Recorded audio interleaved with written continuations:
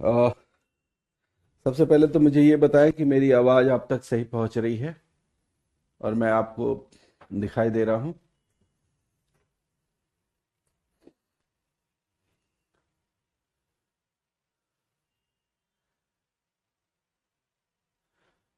नमस्कार। Good morning. Renu, Ravi, Prashansa, Anuj, Ashish, Rahul, Madhu, Deepak. Very good morning to all of you. सभी लोगों को नमस्कार, सुप्रभात। मुझे एक चीज़ बताएं जी। Good morning Vishnu, Saraswati. मुझे एक बार कंफर्म कर दें कि मेरी आवाज़ आप तक साफ पहुंच रही है और मैं सही दिख पा रहा हूं आपको। आपकी वीडियो सही चल रही है। सारी चीज़ें एक बार बताएं मुझे।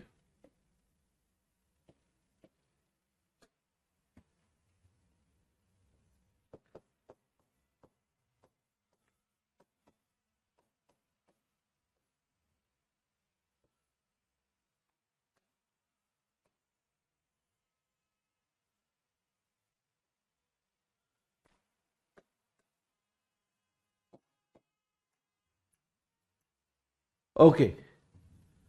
Okay, that's good, very good. चलिए शुरू करते हैं आज की क्लास। और एक चीज़ और छोटी सी बस बता दें कि अभी तक का जितना भी बोर्ड वर्क का पीडीएफ है वो अपलोड हो चुका है। पीछे आप लोगों तक अपलोड हो चुका है।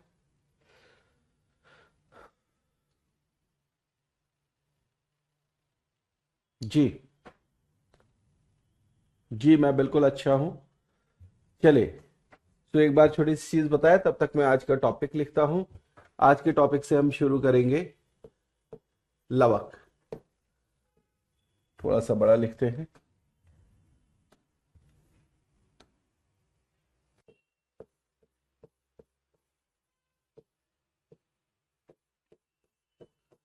इनको आप प्लास्टिड्स बोलते हैं। कोशिका के अंदर कोशिका के अंदर मैंने आप लोगों को कोशिका के अंदर अभी तक तारककाय तक की चीजें बताई हैं। इसके बाद हम आगे चलेंगे तो आज आगे हम लवकों के बारे में जानेंगे। ठीक है जी, वेरी गुड। सो लवकों के बारे में हम समझते हैं कि ये क्या है। सबसे पहले तो सामान्य रूप से आप जानें कि लवक जो है ये जंतु कोशिकाओं में नहीं पाए जाते, है ना। पीछे आपको दिखाया था जब जंतु कोशिका, तो वहां हमने प्लास्टिड्स या लवक जैसी किसी भी चीज को नहीं देखा था।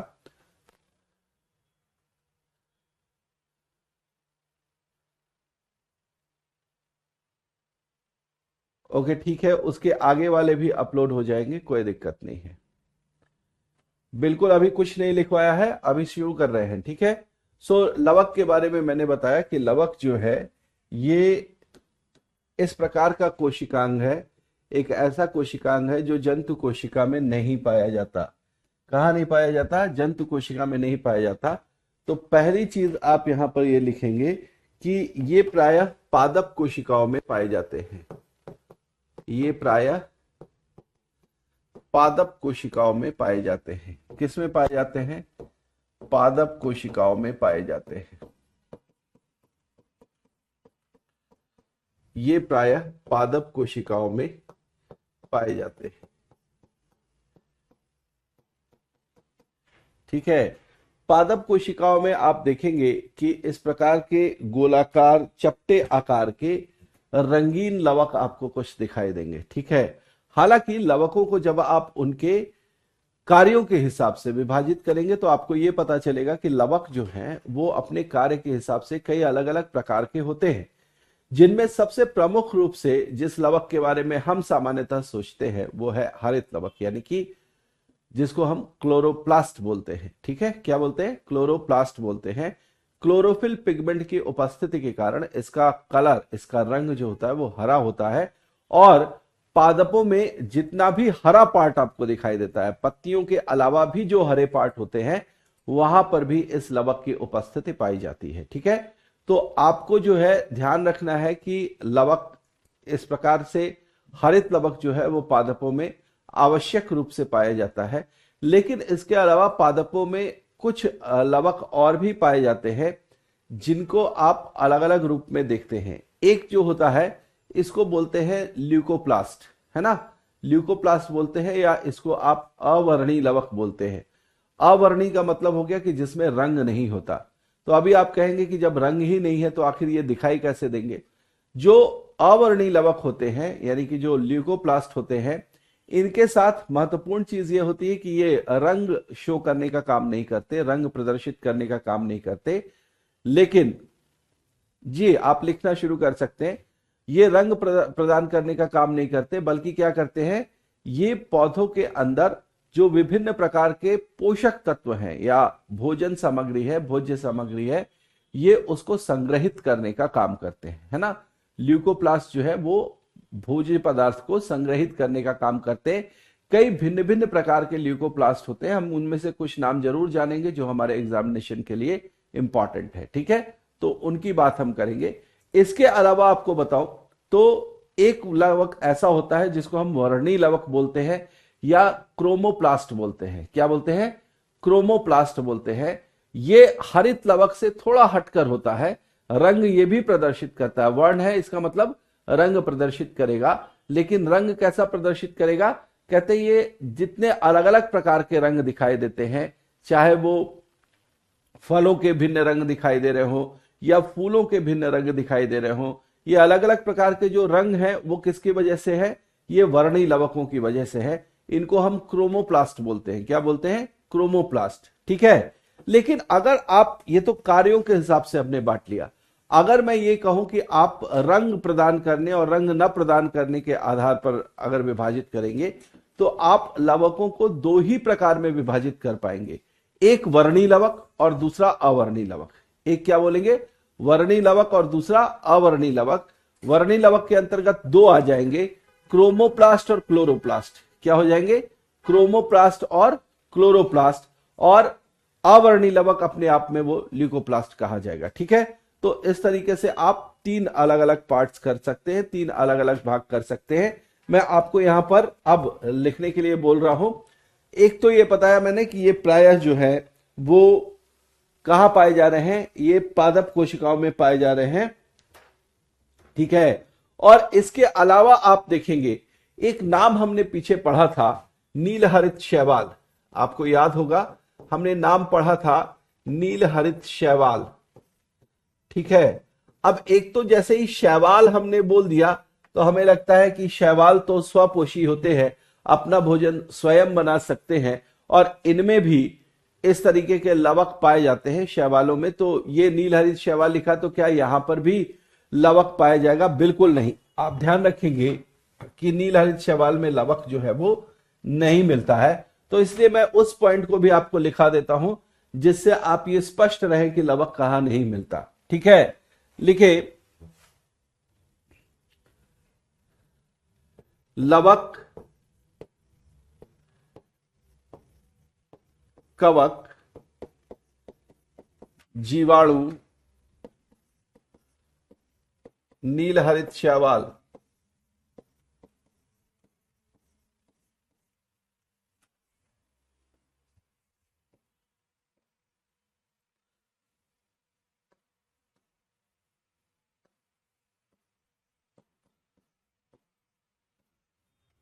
नीलहरित शैवाल,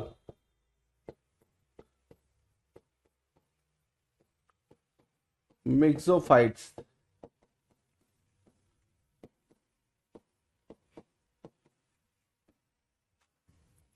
आदि में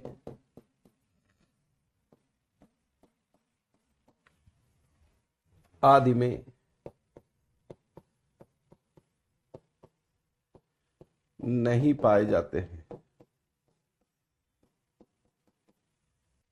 ठीक है। ये कवकों में यानी कि फंजाई में नहीं पाए जाते, ये जीवाणुओं में नहीं पाए जाते, ये मिक्सोफाइट्स में नहीं पाए जाते, ये नीलहरित शैवाल में नहीं पाए जाते, ठीक है।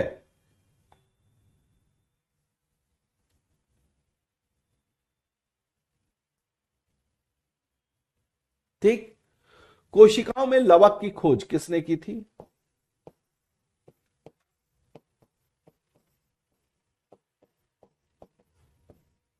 लवक की खोज अर्नस्ट हेकल नाम था इनका, हेकल ने की थी।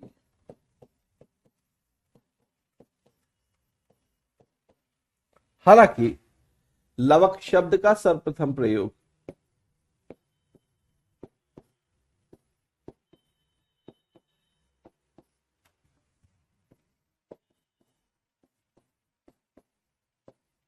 लवक शब्द का सर्वप्रथम प्रयोग शिम्पर ने किया था।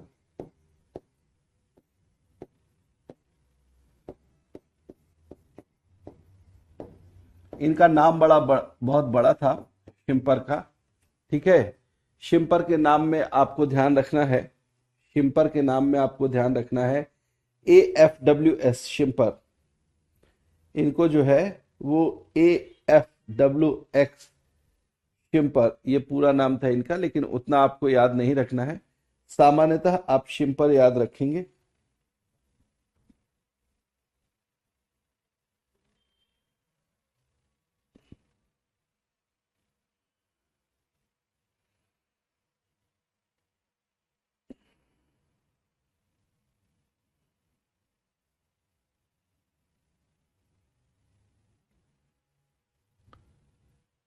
जी, मिक्सोफाइट जो है ये एल्गी में एक ऐसे प्रकार होते हैं, ये शैवालों में एक ऐसे प्रकार होते हैं जिनमें जिनमें ये जो लवक है वो नहीं पाया जाता, ठीक है। शैवालों के एक प्रकार साइनोफाइसी वगैरह में ये आते हैं, वहां पर लवक नहीं पाया जाता, तो आप ये नाम याद रखेंगे।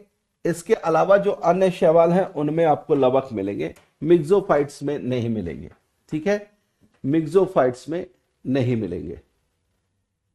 जी शाइस्ता भी इतना ही लिखा है, ठीक है। तो लवक की खोज हैकल ने की थी, लवक की खोज हैकल ने की थी, और इस शब्द का सर्वप्रथम प्रयोग जो है वो शिम्पर ने किया था, ये चीज आप याद रखें। ओके, आगे चलते हैं, आगे चलते हैं तो लिखते हैं लवक को, लवकों को सामान्यतः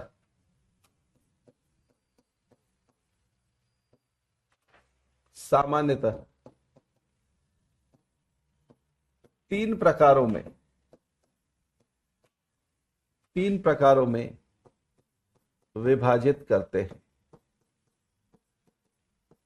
अगर मैं थोड़ा सा इसको, हालांकि आपसे ये नहीं पूछेंगे कि कितने प्रकार होते हैं, एकदम इस पर आप स्पष्ट रहेंगे।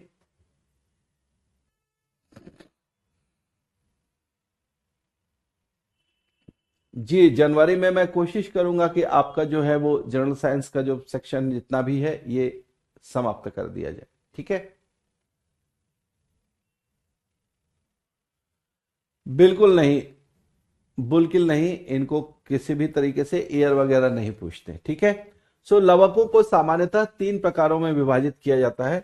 कौन कौन से लवक हैं? एक तो जिनको आप बोलेंगे सबसे पहला, ठीक है, इसको आप बोलेंगे क्लोरोप्लास्ट,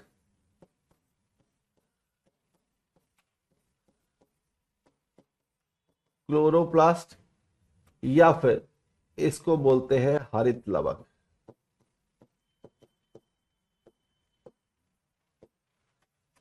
क्लोरोप्लास्ट या हरित लवक, क्लोरोप्लास्ट, ठीक। दूसरा जो होता है इसको बोलते हैं क्रोमोप्लास्ट, या फिर वर्णी लवक।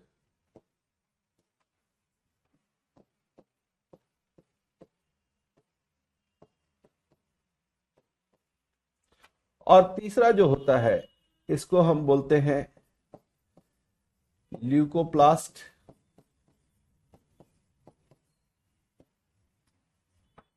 या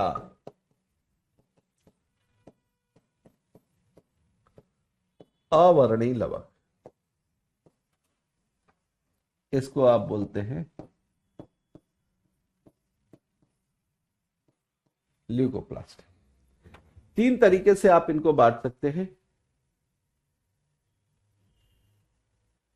ठीक है, तीन तरीके से आप इसको बांट सकते हैं। ओके, क्लोरोप्लास्ट, क्रोमोप्लास्ट और ल्यूकोप्लास्ट, तीन प्रकार से इनको जो है वो विभाजित किया जा सकता है। जी चंचल, बिल्कुल सही है आपका कहना।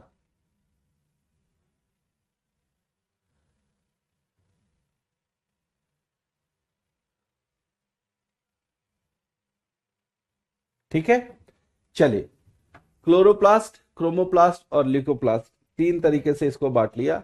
अब इससे आगे चलते हैं। सबसे पहले मैं आपको क्लोरोप्लास्ट के विषय में बताता हूं, ठीक है। क्लोरोप्लास्ट क्या है, इसके विषय में हम सबसे पहले जानकारी लेते हैं। चलिए, आइए सबसे पहले बात करते हैं क्लोरोप्लास्ट की।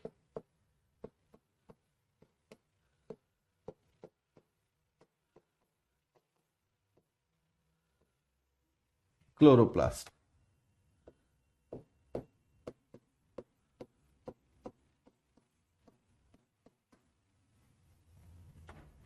देखिए, क्लोरोप्लास्ट सबसे प्रमुख आप लवक के रूप में देख सकते हैं। सबसे प्रमुख लवक क्यों बोलेंगे, इसलिए क्योंकि पौधों में मुख्य रूप से हरा रंग जो है वो यही प्रदान करता है, ठीक है। तो पादपों के प्रत्येक हरे भाग पर, ठीक है, ये पाया जाता है, ये हरे रंग का लवक होता है, हरे रंग का लवक होता है।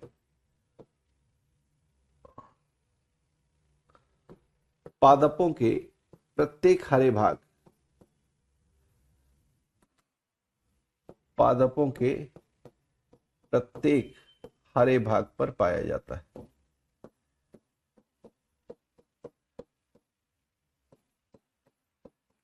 प्रत्येक हरे भाग में पाया जाता है। जितना भी हरा भाग पादप का मिलेगा, उनमें आपको ये सारी चीजें मिलेंगी। जी अश्विनी, मैं बिल्कुल उतना ही बता रहा हूं आपको जितना आपकी परीक्षा के लिए महत्वपूर्ण है और यहां से जितना परीक्षा में पूछा जा सकता है, ठीक है। पादपों के प्रत्येक हरे भाग में जो है वो पाया जाता है। और महत्वपूर्ण चीज ये है कि इनका हरा रंग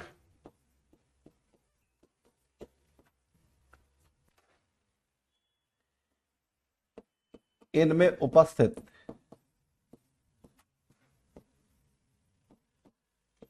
एक वर्ण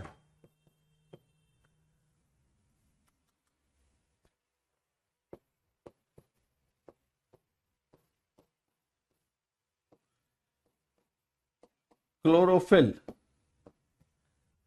क्लोरोफिल, वैसे तो ये आप क्लोरोफिल ही लिखा हुआ मिलता है, लेकिन अगर नहीं मिला तो आप कंफ्यूज नहीं होंगे, पर्णहरिम इसको बोलते हैं।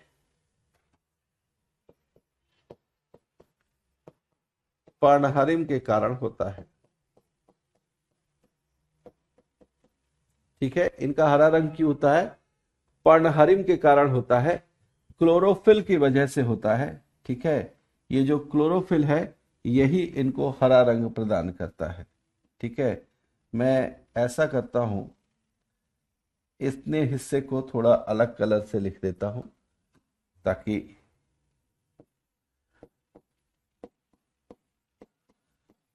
फील आए हरा वाला।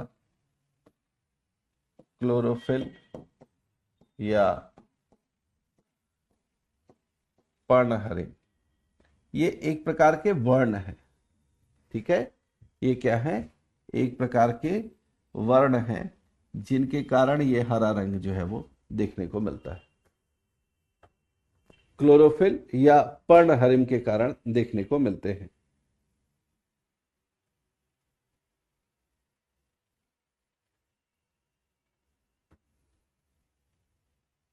ठीक है, यह लिख लीजिए आप, यह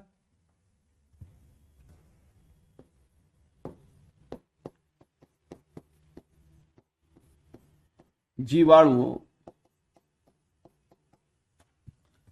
नील हरित शैवालों,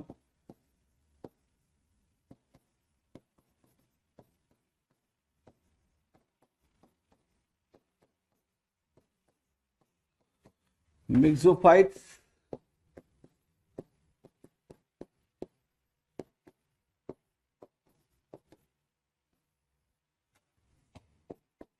लाल शैवालों जो रोडोफाइसी में आते हैं, एवं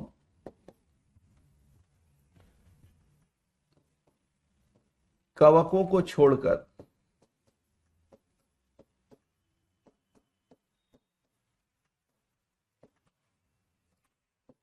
सभी पादप कोशिकाओं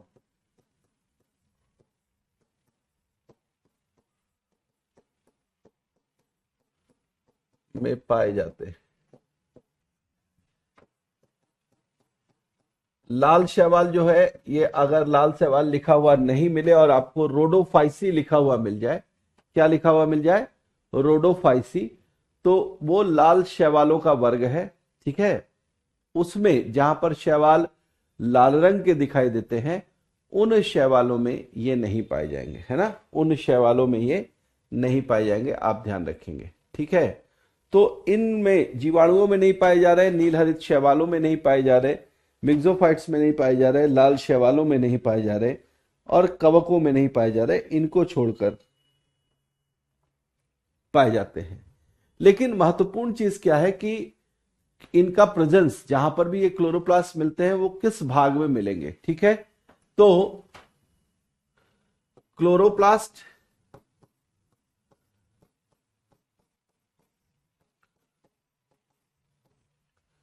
पादपों के उन भागों में,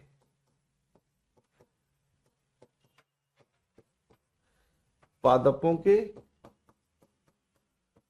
उन भागों में उपस्थित होते हैं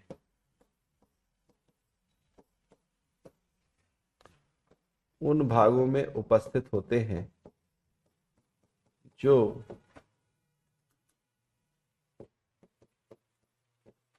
जो सूर्य प्रकाश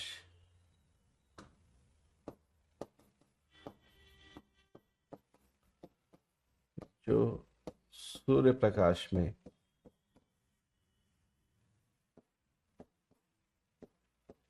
पाए जाते हैं, या इसको आप लिख सकते हैं उन प्रकाश उन भागों में उपस्थित होते हैं जो सूर्य प्रकाश, जिन पर सूर्य का प्रकाश, ऐसा लिख सकते हैं, जिन पर सूर्य का प्रकाश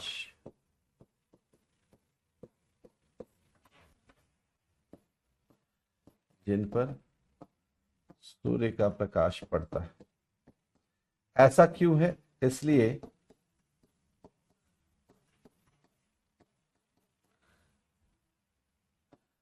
क्योंकि क्लोरोप्लास्ट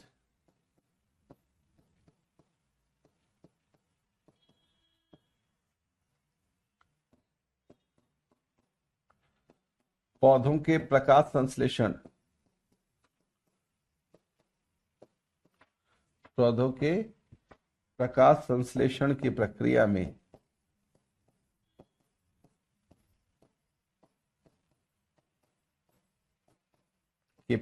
में भाग लेते हैं। ठीक है, या आप कह लें कि इन्हीं की वजह से, है ना, ये प्रेजेंट रहते हैं क्लोरोप्लास्ट, इन्हीं की वजह से प्रकाश संश्लेषण की प्रक्रिया होती है। ध्यान रखें, सोनाली की नील हरित शैवाल जो है, नील हरित शैवाल जो है, इनमें पिगमेंट्स एक तो अलग होता है, इनमें फाइकोसियानिन नाम का पिगमेंट होता है। ठीक है, और दूसरा, नील हरित शैवाल प्रकाश संश्लेषण नहीं करते, प्रकाश की उपस्थिति में ये रसायन संश्लेषण करते हैं, केमोसिंथेसिस करते हैं, न कि फोटोसिंथेसिस करते हैं। ठीक है, प्रकाश उनके लिए आवश्यक जरूर होता है थोड़ी सी ऊर्जा प्राप्त करने के लिए, लेकिन ये सामान्यतः केमोसिंथेसिस यानी कि रसायन संश्लेषण करते हैं,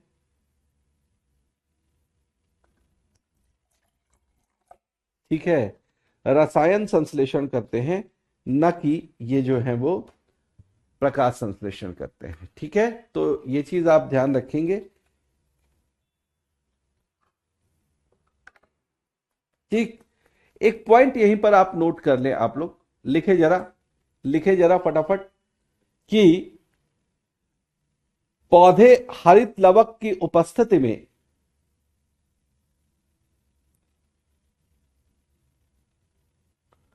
पौधे हरित लवक की उपस्थिति में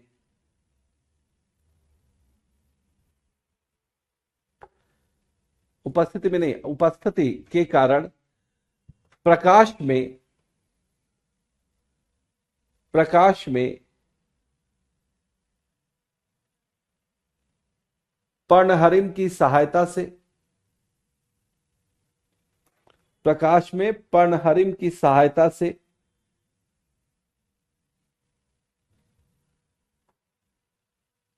धन्यवाद आद्या।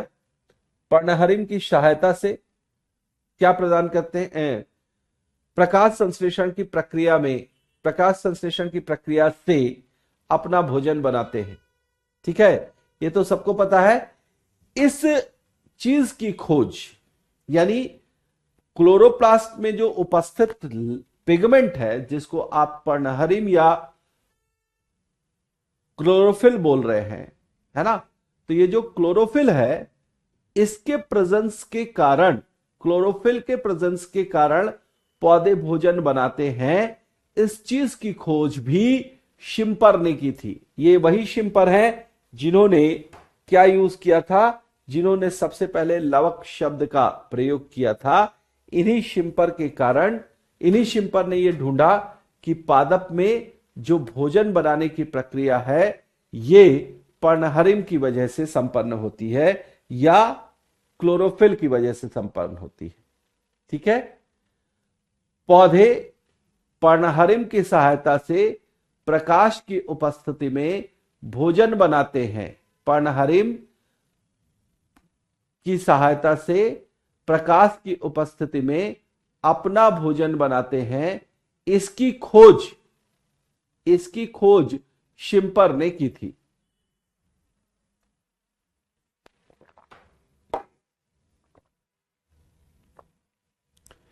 इसकी खोज शिम्पर ने की थी। ठीक है, अब आइए मैं ऐसा करता हूं, आपको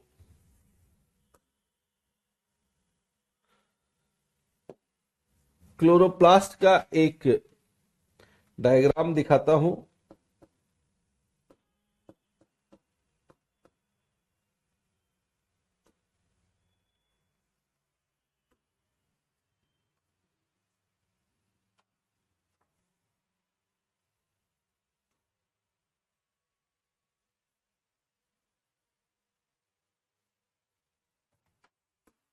अगर ये वाला स्पष्ट आ जाए। नहीं, ये नहीं आएगा।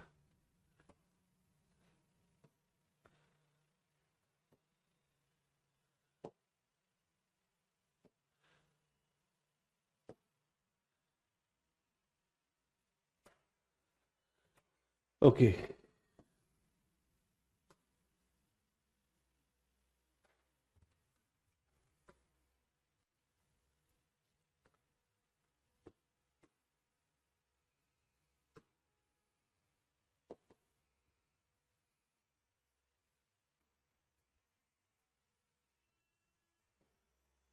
ये मुझे उम्मीद है आपको स्पष्ट दिख रहा होगा। ठीक है, यहां पर ये क्लोरोप्लास्ट का जो दिख रहा है ना, इसमें शायद आपको नाम नहीं दिख रहे होंगे, तो जो नाम नहीं दिख रहे हैं वो मैं अलग कलर का यूज करके लिख देता हूं, आपको स्पष्ट दिखाई देंगे।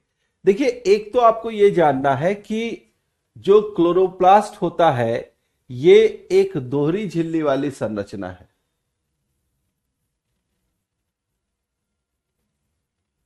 ठीक है, ये क्या है?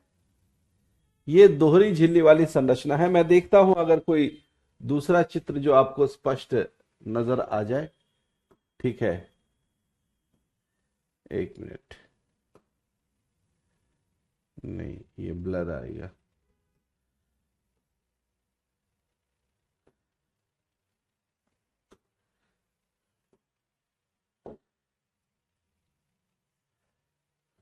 ये वाला तो शायद कर रहे थे, नहीं ये वाला नहीं है।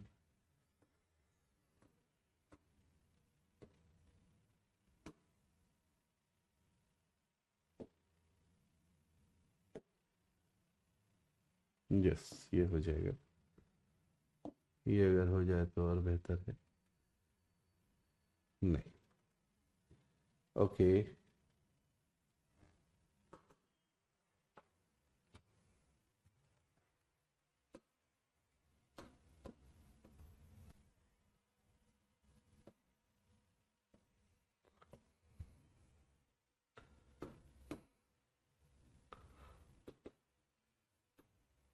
ये वाला स्पष्ट दिख रहा है, देखेंगे एक बार। हाँ, ये दिख रहा होगा।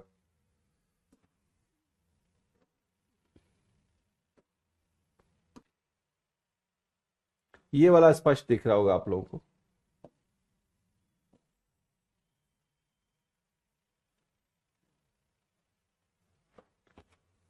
ठीक है,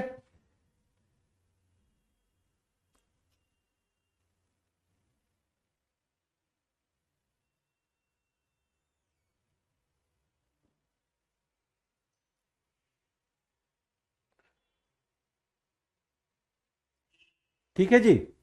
चलिए, तो क्लोरोप्लास्ट, सबसे पहले ध्यान रखना है कि हम बात कर रहे हैं लवक की। लवक जिसका नाम है क्लोरोप्लास्ट। क्या नाम है इसका? क्लोरोप्लास्ट नाम है। और ये जो क्लोरोप्लास्ट नाम का लवक आपको दिखाई दे रहा है, ये एक दोहरी झिल्ली वाली संरचना है। इसको मैं लिख रहा हूं यहां पर, दोहरी झिल्ली वाली संरचना, या फिर आप इसको बोल सकते हैं अ डबल मेम्ब्रेनस स्ट्रक्चर। अ double membranous membranous structure, double membranous structure. ठीक है, ये कैसा है? ये डबल मेम्ब्रेनस स्ट्रक्चर है। ये दोहरी झिल्ली वाली संरचना है। क्या है? दोहरी झिल्ली वाली संरचना है। इस दोहरी झिल्ली वाली संरचना को थोड़ा सा अगर आप और स्पष्ट देखेंगे तो आपको पता चलेगा कि इसकी दोहरी झिल्ली दो प्रकार से दिखाई दे रही है। इसकी दोहरी झिल्ली जो है वो दो प्रकार से दिखाई दे रही है ना? दोहरी झिल्ली दो प्रकार से दिखाई दे रही है। एक बाहरी झिल्ली है, आउटर मेम्ब्रेन आपको यहां पर दिख रहा है। एक जो है वो आउटर मेम्ब्रेन है इसका, ठीक है। और दूसरा जो है वो है इनर मेम्ब्रेन, ये यहां पर आपको दिखाई दे रहा है। ये है इसका इनर मेम्ब्रेन। एक आउटर मेम्ब्रेन है और एक इनर मेम्ब्रेन है। बाहर की तरफ ये आपको दिखाई दे रहा है और ये अंदर की तरफ दिखाई दे रहा है। इसके अलावा आप इसमें देखेंगे तो एक चीज और बड़ी महत्वपूर्ण है जो आपको दिखाई देगी। वो क्या है? ध्यान रखना है कि ये जो झिल्लियां बनी होती हैं, ये किसकी बनी होती हैं? ये लिपोप्रोटीन की बनी होती हैं। ठीक है, झिल्ली जो है वो किसकी बनी होगी? लिपोप्रोटीन की बनी होगी। क्लोरोप्लास्ट की झिल्लियां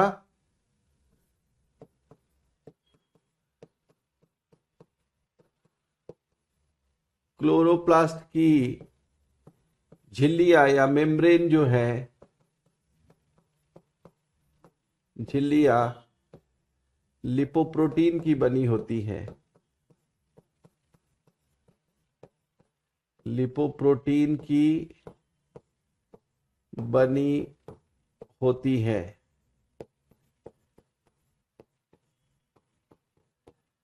लिपोप्रोटीन की बनी होती है। ठीक है,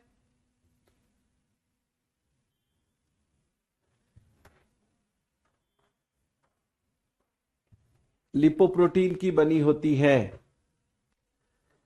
मैं अभी चंचल आपको नीचे वाला पॉइंट बोल देता हूं, आप घबराए नहीं। ठीक है, क्लोरोप्लास्ट की झिल्लियां लिपोप्रोटीन की बनी होती हैं। ठीक है, लिपोप्रोटीन का सीधा मतलब होता है, मैंने पीछे भी आपको बताया था, लिपिड और प्रोटीन। क्या बताया था? लिपिड और प्रोटीन। ठीक है, वसा और प्रोटीन की बनी हुई झिल्लियां होती हैं। ठीक है, अंदर की ओर जब आप देखेंगे तो अंदर की ओर आपको कुछ चीजें खास तौर से दिखाई दे रही हैं। ये कुछ चीजें क्या हैं? इनमें आप देखेंगे कि इनमें आपको एक तो इस प्रकार की संरचना दिखाई दे रही है, ऐसी संरचना जो कि लिखा हुआ है क्या, जो कि दिख रहा है कैसा, कि एक के ऊपर एक सिक्के लगाए हुए हैं, है ना। सिक्के की तरह जो है वो संरचना एक के ऊपर एक लगी हुई दिखाई दे रही है। तो एक तो ये आपको स्पष्ट दिखाई दे रहा है। दूसरी चीज आप ये जानेंगे कि ये जो सिक्के जैसी संरचना सजी हुई आपको दिखाई दे रही है, इनको कहेंगे क्या? तो इन सिक्कों जैसी संरचनाओं को हम बोलते हैं थैलेक्वाइड। इनको क्या बोलते हैं? इनको बोलते हैं थैलेक्वाइड। ये जो सिक्के जैसी संरचना आपको दिखाई दे रही है, इसको क्या बोलते हैं? इसको थैलेक्वाइड बोलते हैं। और ये जो थैलेक्वाइड है, इसी थैलेक्वाइड में क्या भरा होता है? इसी थैलेक्वाइड में भरा होता है क्लोरोफिल पिगमेंट। क्या भरा होता है? क्लोरोफिल पिगमेंट भरा होता है। किस में भरा होता है? थैलेक्वाइड में भरा होता है। ऐसे ऐसे बहुत सारे थैलेक्वाइड जब एक साथ जमा हो जाते हैं, एक साथ जब एक इकट्ठे बंडल के रूप में दिखाई देते हैं, तो हम इनको बोलते हैं क्या? इनको बोलते हैं ग्रेनम। क्या बोलते हैं? इनको हम बोलते हैं ग्रेनम। ठीक है, यहां पर हिंदी में भी आप लिख सकते हैं ग्रेनम। ठीक है, तो ये जो ग्रेनम है वो क्या है?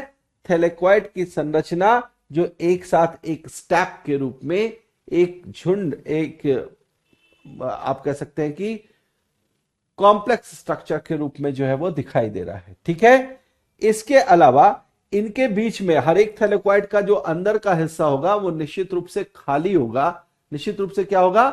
खाली होगा, है ना। उस खाली वाले हिस्से में ही क्लोरोफिल भरा होगा। ठीक है, तो जो खाली हिस्सा होता है इसको बोलते हैं ल्यूमेन। ल्यूमेन वो हिस्सा होता है जिसमें क्लोरोफिल भरा होता है ना। ल्यूमेन में, इसी में क्लोरोफिल भरा होता है, इसी में क्लोरोफिल भरा होता है। क्लोरोफिल, आपको मैं ये बताना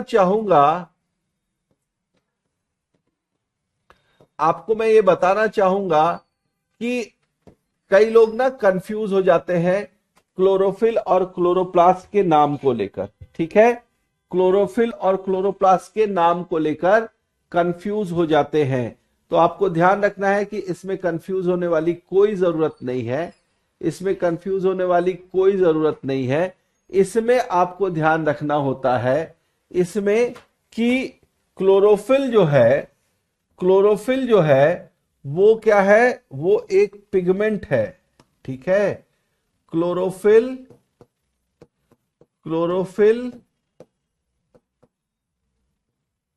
वर्णक है। वर्णक यानी कि पिगमेंट है। वर्णक यानी कि क्या है? पिगमेंट है, जो हरित लवक यानी कि क्लोरोप्लास्ट में पाया जाता है। हरित लवक यानी कि क्लोरोप्लास्ट में पाया जाता है। क्लोरोप्लास्ट में पाया जाता है। ठीक है, क्लोरोफिल वर्णक है जो हरित लवक में पाया जाता है। तो इसलिए चाहे तो बना ले, चाहे जिन्हें आवश्यकता है वो बना सकते हैं, अदरवाइज ऐसी कोई आवश्यकता नहीं है। आपके पास ये पीडीएफ वाले फॉर्म में मौजूद रहेगा, आप चाहें तो बाद में भी बना सकते हैं। ठीक है,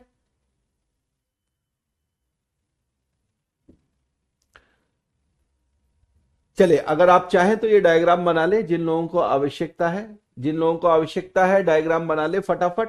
डायग्राम बनाने से आपको कुछ चीजें याद रह जाती हैं। ठीक है, ये जो आपको बना हुआ दिखाई दे रहा है, इसमें कुछ खास नहीं करना है, आपको बहुत छोटा सा डायग्राम बनाना है। इस तरीके से दो ब्रैकेट बनाइए, ठीक है। एक लाइन जो है वो बाहर की संरचना, बाहर की झिल्ली को दिखाएगी, दूसरी अंदर की झिल्ली को दिखाएगी। अच्छा, एक चीज छोटी सी और बता देता हूं इसी में, कि ये जो स्टैक, ये जो ग्रेनम बने होते हैं ना, ग्रेनम बने होते हैं इस तरीके से। ग्रेनम के अलावा जितना स्थान अंदर में खाली बचा होता है, जितना स्थान अंदर में खाली बचा होता है, उस खाली स्थान में भी एक फ्लूइड भरा होता है, उस खाली स्थान में भी एक द्रव्य भरा होता है। उस द्रव्य को क्या बोलते हैं? उस द्रव्य को बोला जाता है स्ट्रोमा। क्या बोला जाता है उसको? स्ट्रोमा कहते हैं। उस द्रव्य को क्या बोलते हैं? स्ट्रोमा कहते हैं। स्ट्रोमा।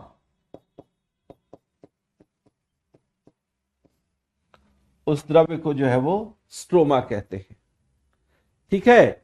तो इस तरीके से आप जो है वो stroma, thylakoid, lumen, granum, outer membrane और इनर मेम्ब्रेन किस तरीके से हैं।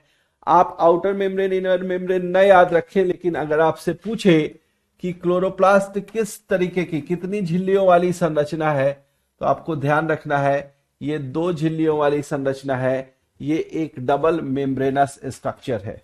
क्या है? डबल मेम्ब्रेनस स्ट्रक्चर है।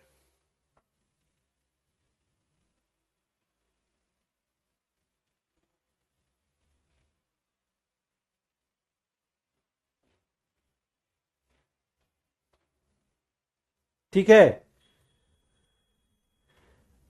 अब ध्यान रखना है कि इसमें कुछ चीजें और है। आप देख रहे हैं ये जो ग्रेनम है, एक ग्रेनम दूसरे ग्रेनम से जुड़ा हुआ है, दूसरा ग्रेनम यहां तीसरे से चौथे से जुड़ा हुआ है। तो ये जो पट्टलिकाएं या पट्टिकाएं आपको दिखाई दे रही हैं, जिसको कि आप यहां पर देख रहे हैं ग्रेनम को जोड़ रही हैं, इनको क्या बोलते हैं? इनके लिए यहां पर नाम नहीं दिया है, तो वो नाम हम लोग लिख लेते हैं। वो नाम हम लोग लिख लेते हैं, यहां पर किनारे जगह करके इसका नाम लिख लेंगे, ठीक है। ये जो आपको दिखाई दे रही हैं पट्टलिकाएं, ठीक है, यहां से या ये जो दिखाई दे रही हैं, ठीक है, इनको क्या बोलते हैं मैं यहां पर आपको लिख के बता देता हूं।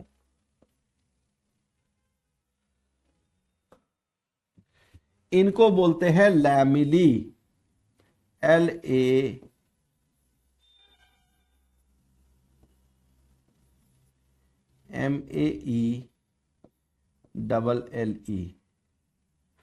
लैमिली।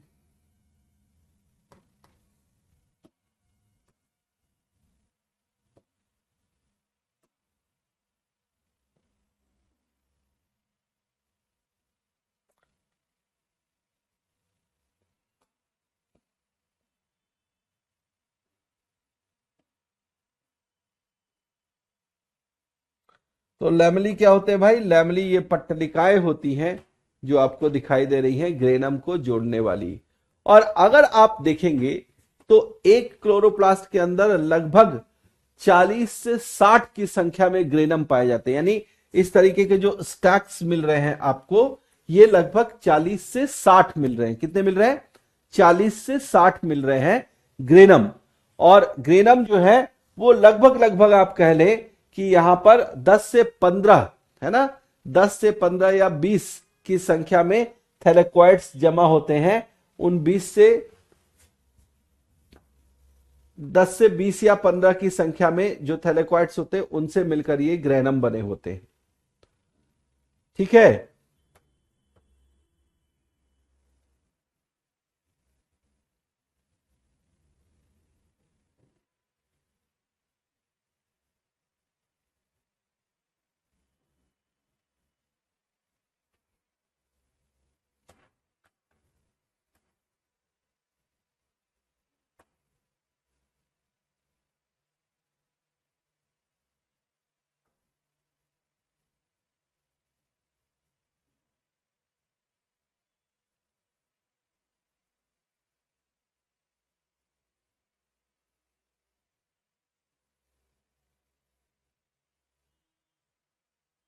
ठीक, इतना कुछ हो गया। चलिए अब इससे आगे कुछ चीजें आपको नोट डाउन करनी है, वो हम नेक्स्ट पेज पर आते हैं, उसको नोट डाउन भी करेंगे, आप लिखते भी चले, मैं डिक्टेट भी कर देता हूं।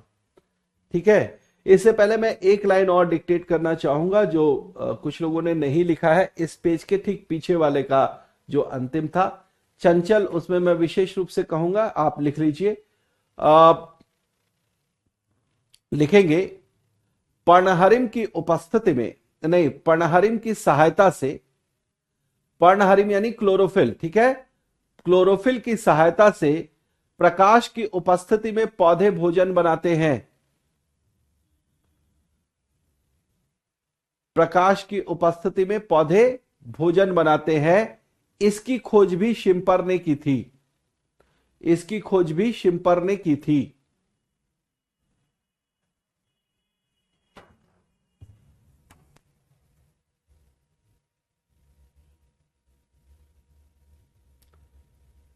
ठीक है, तो ये स्ट्रक्चर हमने देख लिया।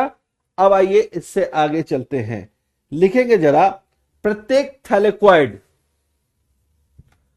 प्रत्येक थैलेक्वाइड,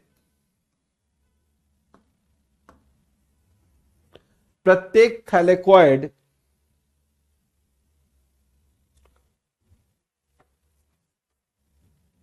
दोहरी झिल्लियों से बनी संरचना होती है।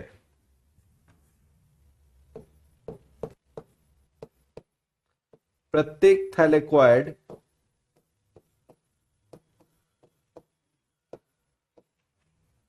दोहरी झिल्ली से बनी संरचना होती है।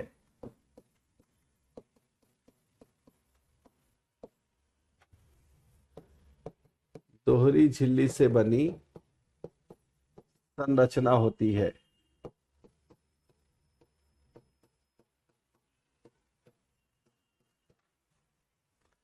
प्रत्येक थैलेक्वाइड दोहरी झिल्ली से बनी संरचना होती है।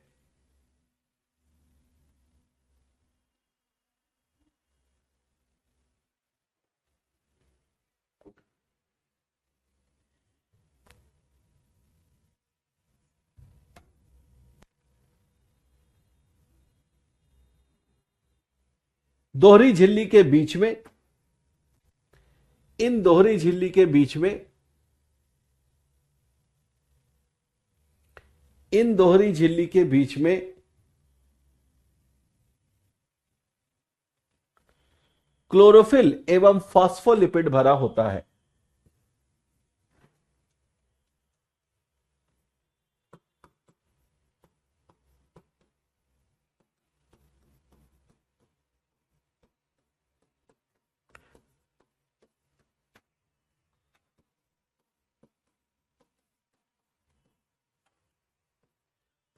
दोहरी झिल्ली प्रोटीन की बनी होती है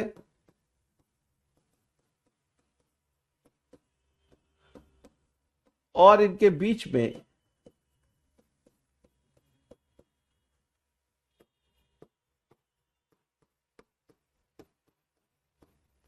क्लोरोफिल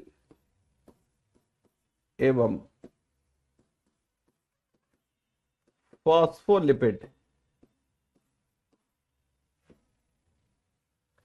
भरा होता है।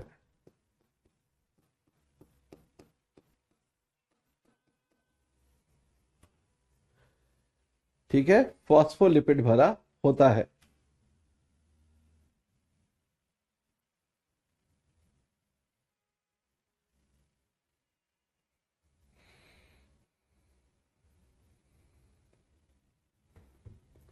क्लोरोफिल के प्रत्येक अणु में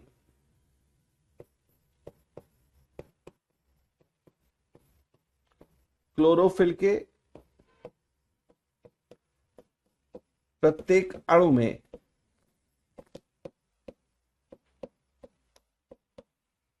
एक शीर्ष,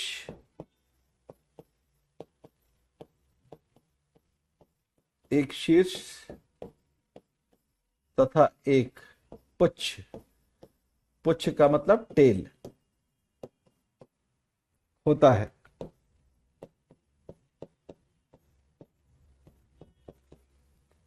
एक हेड होगा और दूसरा क्या होगा, टेल होगा।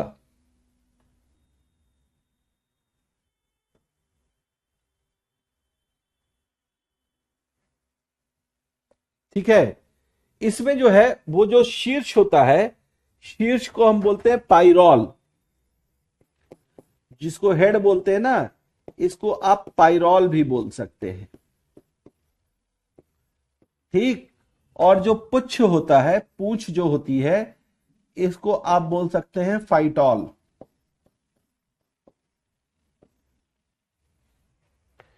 शीर्ष जो होता है वो पाइरोल होता है और पुच्छ जो होता है वो फाइटॉल होता है।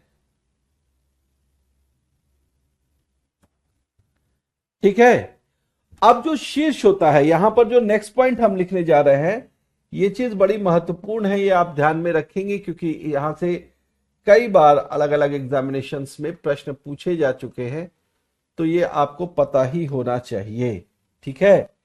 शीर्ष या पाइरोल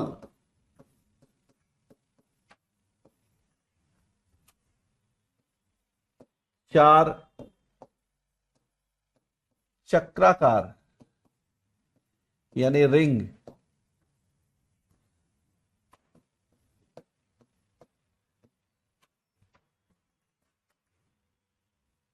संरचनाओं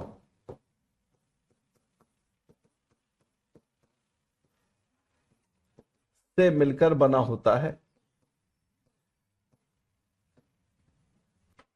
से मिलकर बना होता है, जो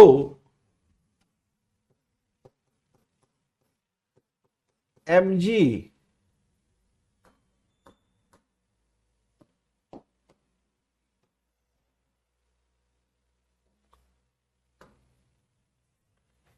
यानी कि मैग्नीशियम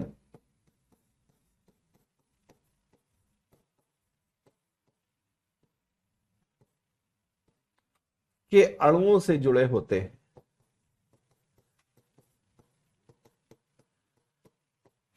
मैग्नीशियम के अणुओं से जुड़े होते हैं।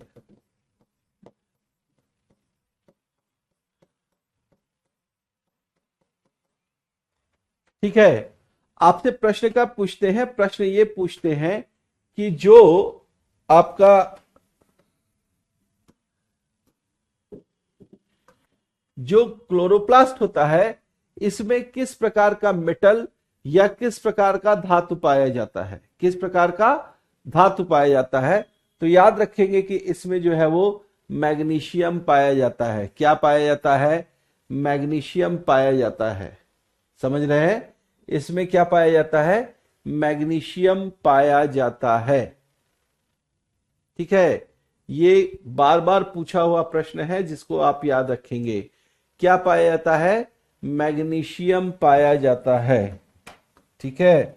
अगर आप इसको याद रख पाए तो बहुत अच्छी बात है। ठीक है, कि इसमें मैग्नीशियम पाया जाता है।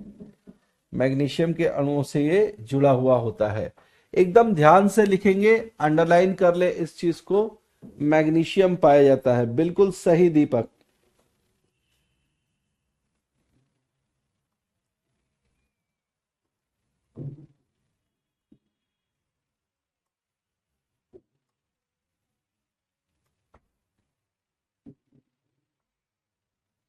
ठीक है।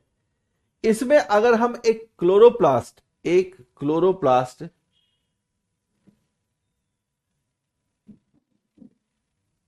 क्यों कहा मैंने लिखा है?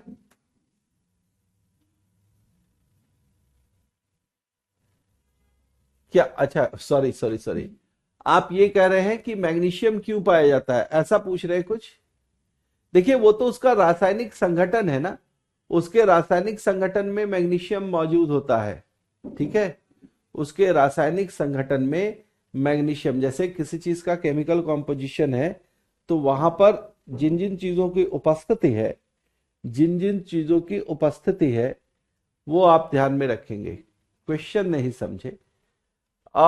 मैंने ये आपसे कहा कि आपसे ये पूछ सकता है कि क्लोरोप्लास्ट या किस कोशिकांग में मैग्नीशियम की उपस्थिति होती है, या फिर आपसे यह पूछ सकता है कि क्लोरोफिल या क्लोरोप्लास्ट में, क्लोरोफिल भी पूछ सकते हैं, या क्लोरोप्लास्ट के अंदर किस प्रकार के धातु की उपस्थिति होती है, तो वो बोलते हैं क्या, वो बोलते हैं मैग्नीशियम की उपस्थिति होती है। ठीक।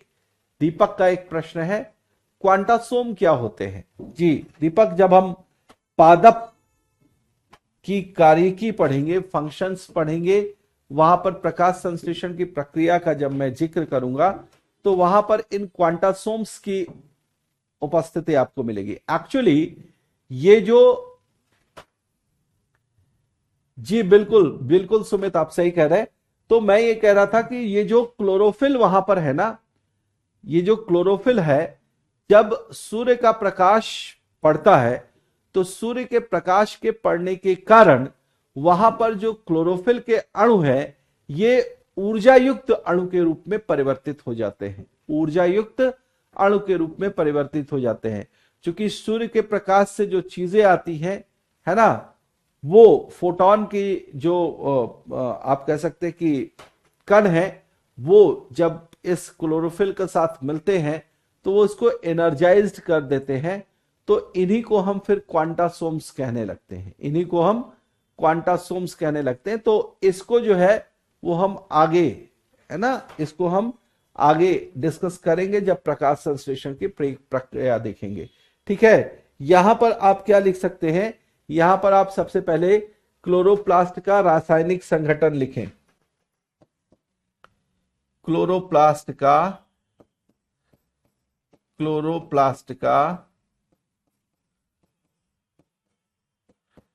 रासायनिक संगठन, क्लोरोप्लास्ट का रासायनिक संगठन, यानी कि इसका जो है वो हम लिखते हैं क्या, केमिकल कॉम्पोजिशन, क्लोरोप्लास्ट का केमिकल कॉम्पोजिशन। अगर आप ध्यान से देखेंगे तो क्लोरोप्लास्ट में जो सबसे अधिक संरचना, क्योंकि ये दोहरी झिल्ली वाली संरचना है तो प्रोटीन और लिपिड से बनी हुई झिल्ली है, अंदर जो आपका, जी बिल्कुल बिल्कुल सरस्वती, आप बिल्कुल सही समझिए, उसी को हम ग्रेनम कहते हैं। ठीक है।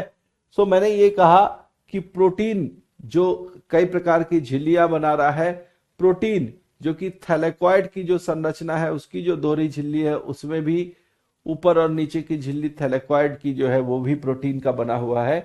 तो प्रोटीन का जो योगदान है वो क्लोरोप्लास्ट के रासायनिक संगठन में सबसे ज्यादा होता है। ठीक है। क्लोरोप्लास्ट के रासायनिक संगठन में प्रोटीन की उपयोगिता या प्रोटीन का जो संगठन है वो सबसे ज्यादा है। कितना है, तो इसमें प्रोटीन जो पाया जाता है वो पाया जाता है लगभग 30 से 55%, 30 से 55% जो है वो प्रोटीन पाया जाता है। इसके अलावा अगर आप देखेंगे तो इसमें जो है वो फॉस्फोलिपिड भी पाया जाता है, इसमें जो है वो फॉस्फोलिपिड भी पाया जाता है। और जो फॉस्फोलिपिड है ये कितना पाया जाता है, ये पाया जाता है लगभग 25 से 35%, 25 से 35% जो है वो फॉस्फोलिपिड पाया जाता है। इसके अलावा कुछ विशेष प्रकार के पिगमेंट्स होते हैं। इन पिगमेंट्स में एक तो होता है कैरोटीनॉइड्स,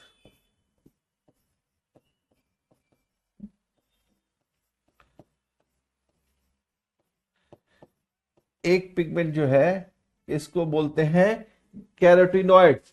जो कैरोटीनॉइड्स होता है ये लगभग 5 से 10% भाग बनाता है। कितना बनाता है, 5 से 10%। कैरोटीनॉइड्स जो होता है ये क्लोरोफिल के ही हिस्से में होता है, और ये जो कैरोटीनॉइड्स है ये बनाता है, सॉरी एक मिनट, क्लोरोप्लास्ट में क्लोरोफिल सबसे पहले ना, ये क्लोरोफिल लिख लेंगे, कैरोटीनॉइड्स की जगह क्लोरोफिल लिख लेंगे, सॉरी क्लोरोफिल है ना, ये क्लोरोफिल, क्योंकि क्लोरोफिल तो रहेगा तभी तो ये हरे रंग का दिखाई देंगे। तो ये कितना है, ये है 5 से 10%। क्लोरोफिल जो है ये 5 से 10% है, 5 से 10%। अब लिखेंगे कैरोटीनॉइड्स, कैरोटीनॉइड्स।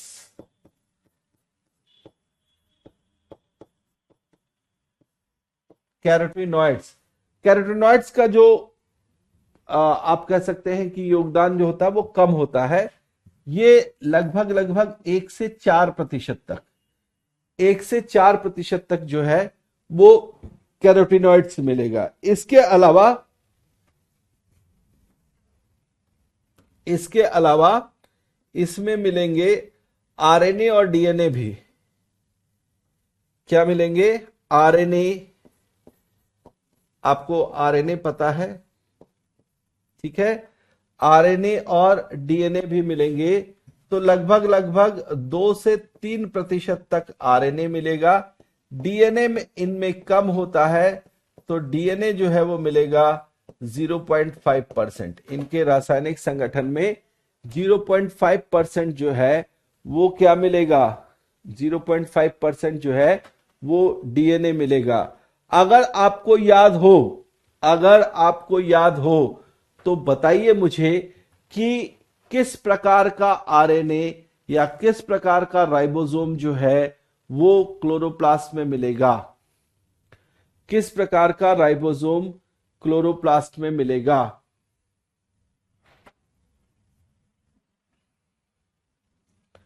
याद है आपको किस प्रकार का राइबोसोम क्लोरोप्लास्ट में मिलेगा?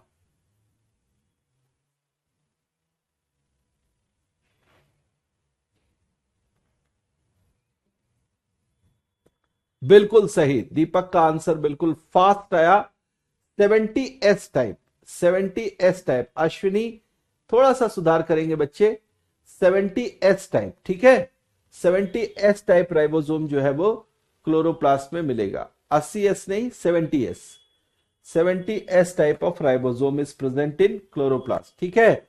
और उसी प्रकार के राइबोसोम से मिलकर इसका आरएनए बना होगा, इसका आरएनए बना होगा। और वो आरएनए जो है वो यहां पर 2 से 3% भाग में। जी बिल्कुल सही, जिन्होंने भी 70S आंसर किया है, सरस्वती, अनुज, ठीक है, अनिशा, सोनाली, चंचल, भावना, सभी ने 70S प्रकार का राइबोसोम बताया। तो ये 70S प्रकार का राइबोसोम निश्चित तौर पर सही है। ओके, चलिए अब इसके बाद देखिए तो डीएनए और आरएनए के अलावा इसमें क्या मिल सकता है? इसमें मिल सकते हैं कुछ विटामिन। अब ये सारे ट्रेस अमाउंट में मिलेंगे, इसलिए इनका आप कह सकते हैं कि नंबर लिखना कोई आवश्यक नहीं है। कुछ मात्रा में, स्मॉल अमाउंट में या ट्रेस अमाउंट में विटामिन ई, विटामिन के, है ना, कुछ एंजाइम्स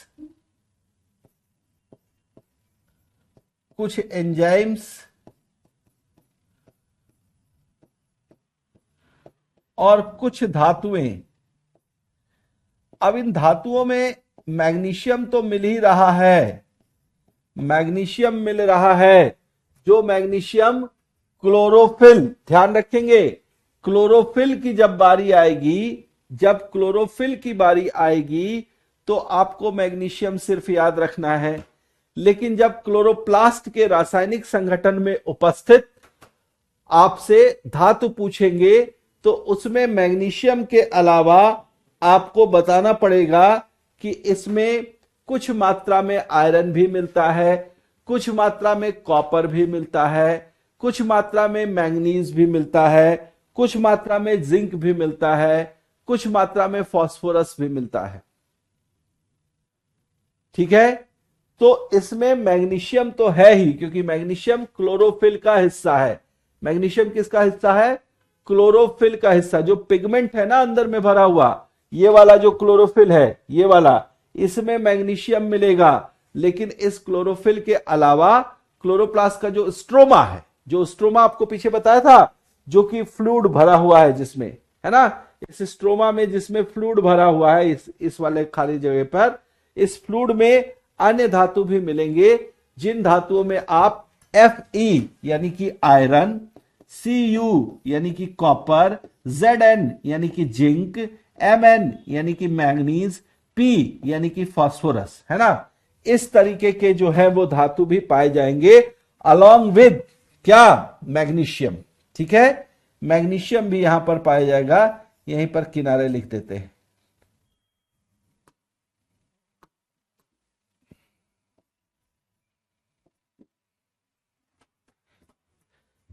आयरन है, कॉपर है, जिंक है, मैग्नीशियम है, मैंगनीज है और फास्फोरस है।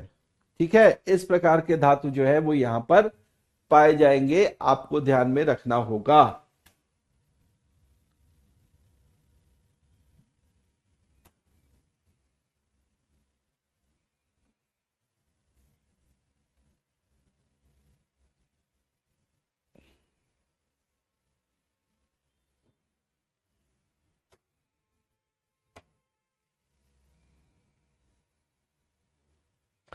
अब जो क्लोरोप्लास्ट है, इसमें तो मुख्य जो योगदान है वो किसका है, इस पिगमेंट का जो योगदान है ना।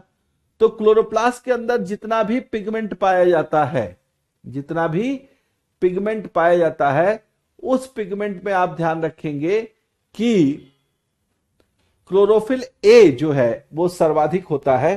सो आप यहां पर लिखेंगे क्लोरोप्लास्ट के अंदर,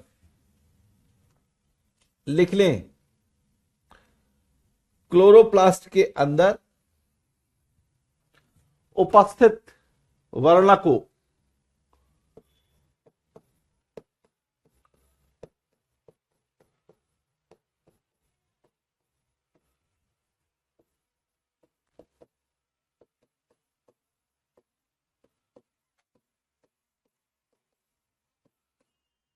उपस्थित वर्णकों में 75% 75% क्लोरोफिल ए तथा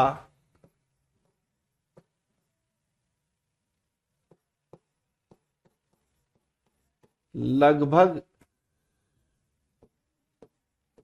25%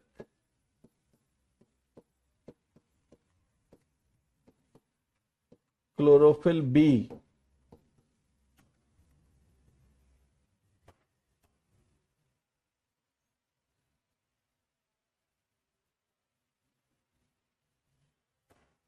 के साथ साथ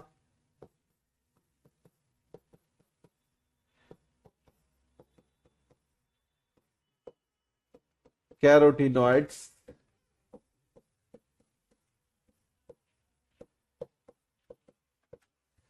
कैरोटीनॉइड्स एवं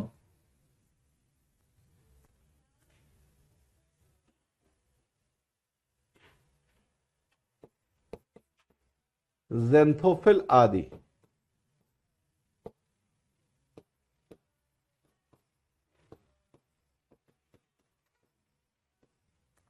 ज़ैंथोफिल आदि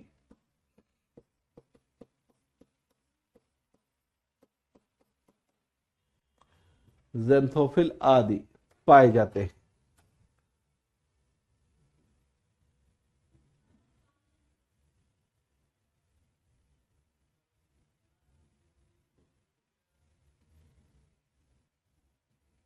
ठीक है,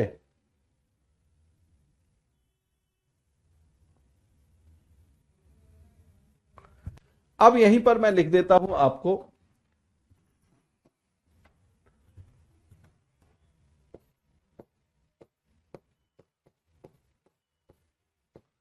विभिन्न प्रकार के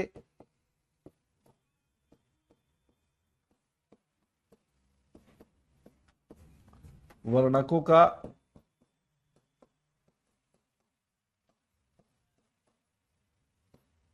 रासायनिक सूत्र। अभी पीछे किसी ने, ज़ैंथोफिल भी एक तरीके का वर्णक है, एक तरीके का पिगमेंट है, इसका कलर कुछ अलग होता है। देखिए ये सब जो है ना, कैरोटीन और ज़ैंथोफिल जो है, ये भी क्लोरोफिल की तरह ही वर्णक है, जो कि क्लोरोफिल के साथ सहायक वर्णकों के रूप में पाए जाते हैं। क्लोरोफिल के साथ सहायक वर्णकों के रूप में या एसेसरी पिगमेंट के रूप में पाए जाते हैं। इनको एसेसरी पिगमेंट बोलते हैं, सहायक वर्णक बोलते हैं। इनकी वजह से भी रंग जो है वो आते हैं, है ना, इनकी वजह से भी रंग आते हैं। ठीक, तो ये जो विभिन्न प्रकार के वर्णक है, अभी पीछे किसी ने पूछा था कि क्लोरोप्लास्ट का सूत्र क्या होता है। बच्चे, क्लोरोप्लास्ट का कोई सूत्र नहीं होता। क्लोरोप्लास्ट तो एक पूरा सेल ऑर्गेनल है, एक कोशिकांग है। उसके अंदर जो पिगमेंट होगा, है ना, जो वर्णक होगा, उस वर्णक का रंग हो सकता है, उस वर्णक का रंग हो रासायनिक संगठन हो सकता है। तो उसको आप ध्यान में रखेंगे कि हम वर्णकों के रासायनिक सूत्र यहां पर देख सकते हैं। तो सबसे पहले हम क्लोरोफिल ए के बारे में देखें। क्लोरोफिल ए, देखिए है तो सारे कार्बनिक ही। क्लोरोफिल ए, है ना, ये है तो सारे कार्बन ही। तो कार्बन की संख्या इसमें कितनी है, लिखेंगे C55H72, C55H72, O5N4, O5N4Mg।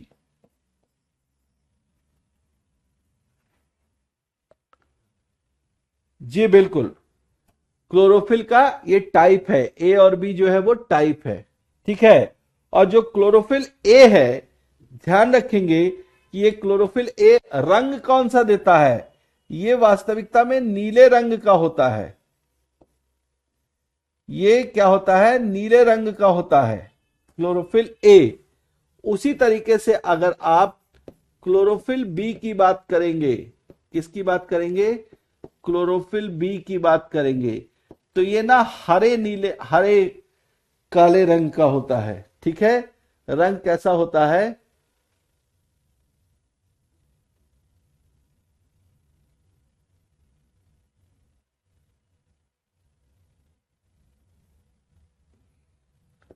हरा काला रंग। रंग कैसा होता है इसका, हरा काला होता है। किसका, क्लोरोफिल बी का, यानी बहुत ज्यादा डार्क होता है, ठीक। और इसमें आप देखेंगे तो क्या होता है कि इसमें क्लोरोफिल ए वाला जो पूरा हिस्सा है, इसमें से 2 हाइड्रोजन यहां से हट जाएंगे और 1 ऑक्सीजन बढ़ जाएगा, यानी कि C55 ही रहेगा, H70 हो जाएगा, O6 हो जाएगा, N4 ही रहेगा, और साथ में Mg भी रहेगा, मैग्नीशियम भी रहेगा।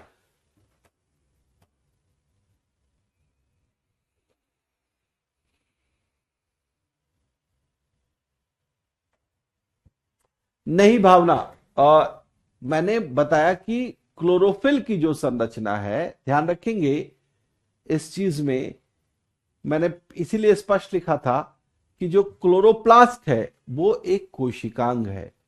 क्लोरोफिल जो है वो उसके अंदर भरा हुआ एक वर्णक है, एक पिगमेंट है, एक रंग है ना। अगर आप वर्णक वर्णक या पिगमेंट से भी कंफ्यूज हो रहे हैं, तो आप सपोज करिए कि रंगीन चीज भरी हुई है, उस रंगीन चीज को हम क्लोरोफिल कह रहे हैं, जो अलग अलग रंगों में है अपने रासायनिक संगठन के अकॉर्डिंग।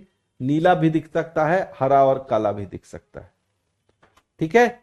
उसका रासायनिक संगठन यहां पर आपको दिखाई दे रहा है, ठीक है। तो उसको बोलते हैं क्या, उसको बोलते हैं क्लोरोफिल, ठीक। जहां तक ग्रेनम का सवाल है, तो वो सिक्के की तरह की संरचना है, रिंग लाइक स्ट्रक्चर नहीं है। क्लोरोफिल में क्या होता है, रिंग लाइक स्ट्रक्चर होता है, क्लोरोफिल में रिंग लाइक स्ट्रक्चर होता है, ठीक है। तो वो चीज आपको ध्यान में रखना है। दीपक, एक बार मुझे याद आ रहा है कि इस तरीके के प्रश्न चूंकि पूछे हुए हैं, है ना, कि क्लोरोफिल ए का केमिकल फॉर्मूला जो है वो क्या है, तो इसलिए आप याद रखेंगे कि इसमें ऐसा है कुछ। मैं लिख देता हूं, बहुत आवश्यक नहीं है याद करना, लेकिन अगर आपके ध्यान में रहे, थोड़े से नंबर ध्यान में रखना है, या कौन कौन से अणु है ये ध्यान में रखना है। कार्बन है, हाइड्रोजन है, ऑक्सीजन है, तीन तो है ही कार्बोहाइड्रेट वाले। नाइट्रोजन एक आ जाएगा, और मैग्नीशियम जो ऑलरेडी आपको पता है कि अगर क्लोरोफिल है तो मैग्नीशियम धातु वहां पर होगा ही होगा। ठीक है।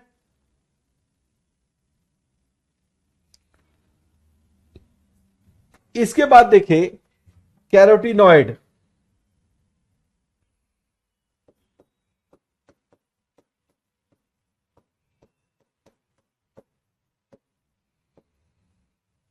कैरोटीनॉइड जो होता है ये नारंगी रंग का दिखाई देता है। और ध्यान रखेंगे कि कैरोटीनॉइड जो है इसमें सिर्फ और सिर्फ कार्बन और हाइड्रोजन होते हैं। इसमें क्या होता है, सिर्फ और सिर्फ जो है वो कार्बन और हाइड्रोजन होते हैं। क्या होते हैं, कार्बन और हाइड्रोजन। कितना कार्बन 40, कितना हाइड्रोजन 56। 40 और 56 जो है वो कार्बन और हाइड्रोजन होते हैं। जी कलर पूछ सकता है, निश्चित रूप से कलर पूछ सकता है। जैसे कैरोटीनॉइड का कलर पूछा हुआ है, कैरोटीनॉइड जो है वो किस कलर का होता है, या इसका जो कलर दिखाई देता है वो किस तरीके का है, तो वो निश्चित रूप से कैसा दिखाई देगा, नारंगी रंग का दिखाई देगा।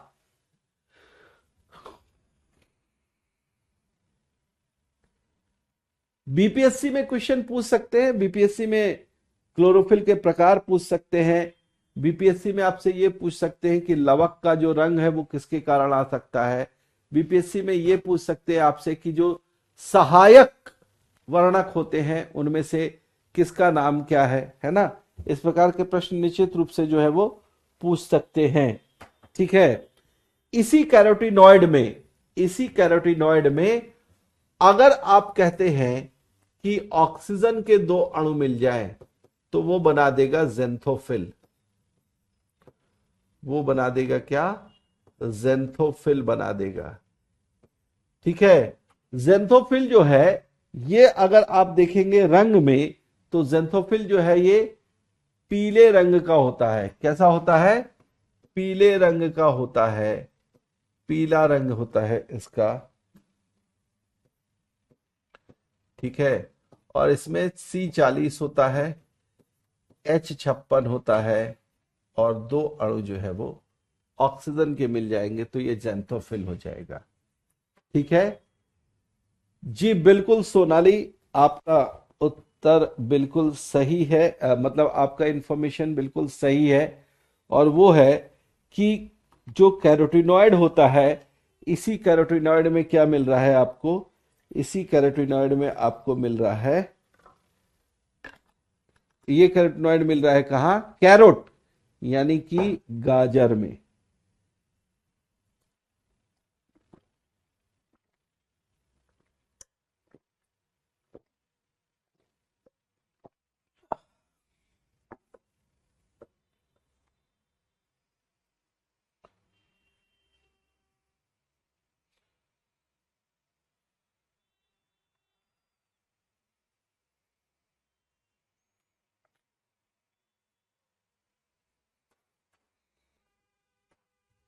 ठीक है।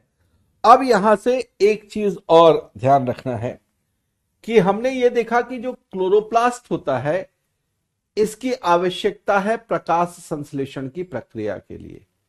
अब जो प्रकाश संश्लेषण की प्रक्रिया है उसमें भी दो प्रकार के रिएक्शंस या दो प्रकार की अभिक्रियाएं होती हैं। ठीक है। दो प्रकार की अभिक्रियाएं कौन सी होती हैं, तो एक अभिक्रिया को बोलते हैं लाइट रिएक्शन, दूसरे को बोलते हैं डार्क रिएक्शन। एक को बोलते हैं लाइट रिएक्शन, दूसरे को बोलते हैं डार्क रिएक्शन। तो आपसे यह प्रश्न पूछा जा सकता है ना, कि लाइट रिएक्शन क्या होता है और कहां होता है, और डार्क रिएक्शन क्या होता है क्लोरोप्लास्ट में।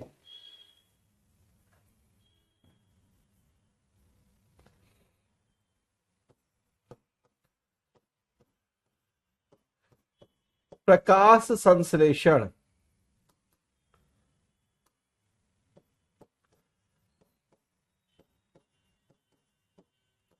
प्रकाश संश्लेषण की प्रक्रिया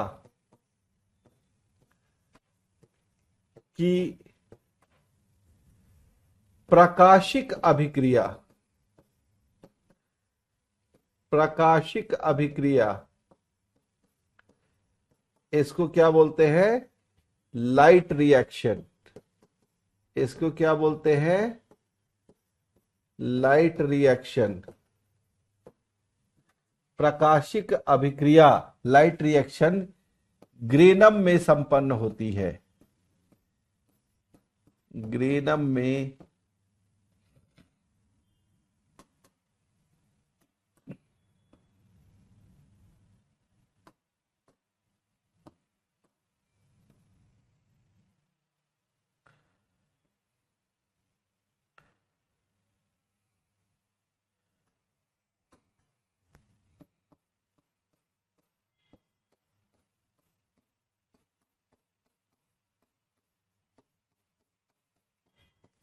जबकि अप्रकाशिक प्रक्रिया,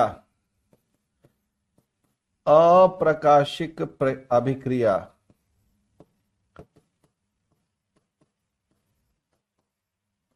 यानी कि डार्क रिएक्शन जिसको बोलते हैं, क्या बोलते हैं? Dark reaction. स्ट्रोमा में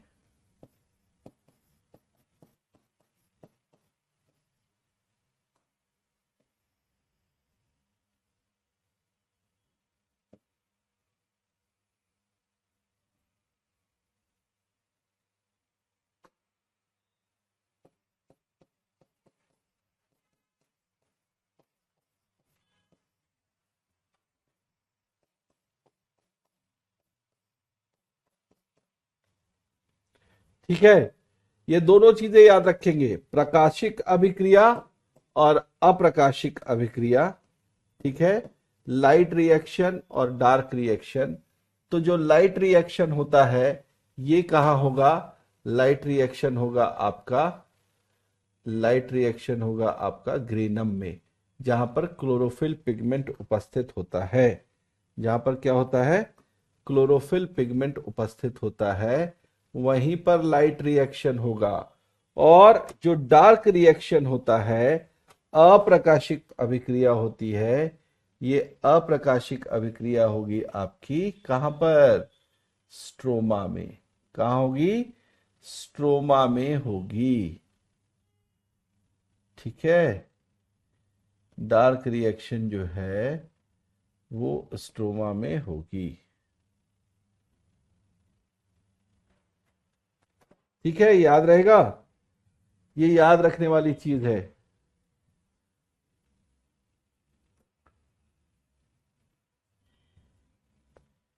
अभी आते हैं हम वर्णक वाले में आएंगे, वर्णी लवक में आएंगे तो उनकी बात भी करेंगे।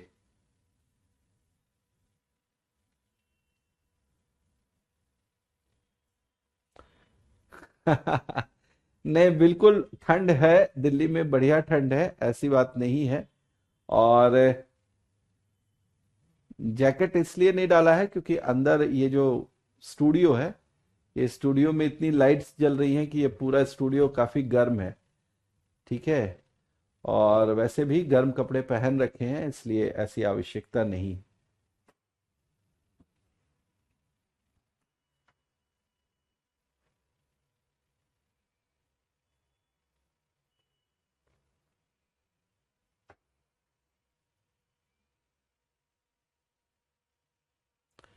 ठीक है, चीजें समझ में आई भाई?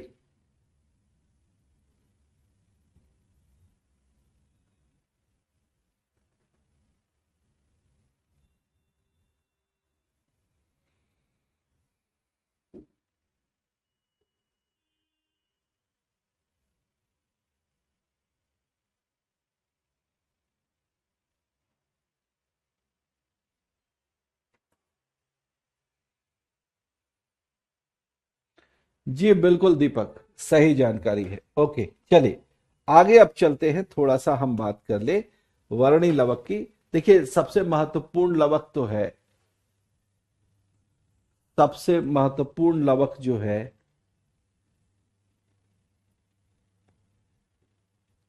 चलिए ठीक है, बहुत अच्छा, बहुत अच्छा। अब जो सबसे महत्वपूर्ण लवक था वो तो था हरित लवक, लेकिन इसके अलावा दो लवकों की बात हमें और करनी है। एक है वर्णी लवक, दूसरा है अवर्णी लवक। तो अब आइए बात कर लेते हैं हम लोग वर्णी लवक की, यानी कि क्रोमोप्लास्ट की। क्रोमोप्लास्ट, क्रोमोप्लास्ट या वर्णी लवक, मुझे बड़ा अच्छा लग रहा है इस क्लास को पढ़ाते हुए, इसलिए क्योंकि सभी बड़े सेंसिबल बच्चे हैं, सभी को जो है वो बड़े ही सेंसिबल है, सभी जो है वो बड़े अच्छे से जो है वो चीजों को ग्रैप कर रहे हैं, कैप्चर कर रहे हैं। और मुझे लगता है कि ये अभी तक जो मैंने बैचेस पढ़ाए हैं उसमें से बहुत अच्छा बैच ये है, जहां पर सभी लोग इतने सेंसिटिविटी के साथ पढ़ रहे हैं और इतना ध्यान देकर पढ़ रहे हैं। बहुत अच्छा लग रहा है मुझे पढ़ाते हुए। ठीक है, सो क्लोरोप्लास्ट या वर्णी लवक की बात।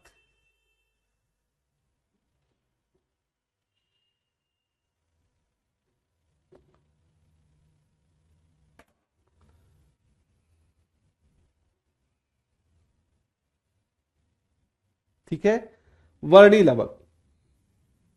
ठीक है, ये लवक भिन्न भिन्न रंगों के में पाए जाते हैं। ये लवक विभिन्न रंगों में, विभिन्न रंगों में, जैसे कि जैसे कि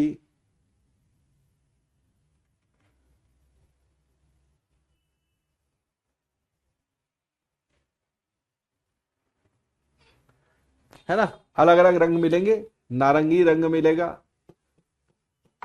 लाल रंग मिलेगा, भूरा रंग मिलेगा, नीला रंग मिलेगा। ठीक है,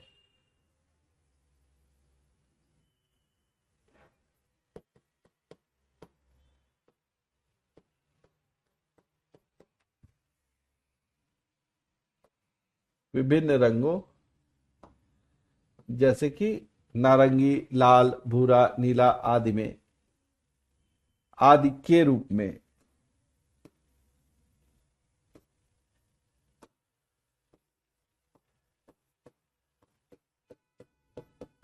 पाए जाते हैं।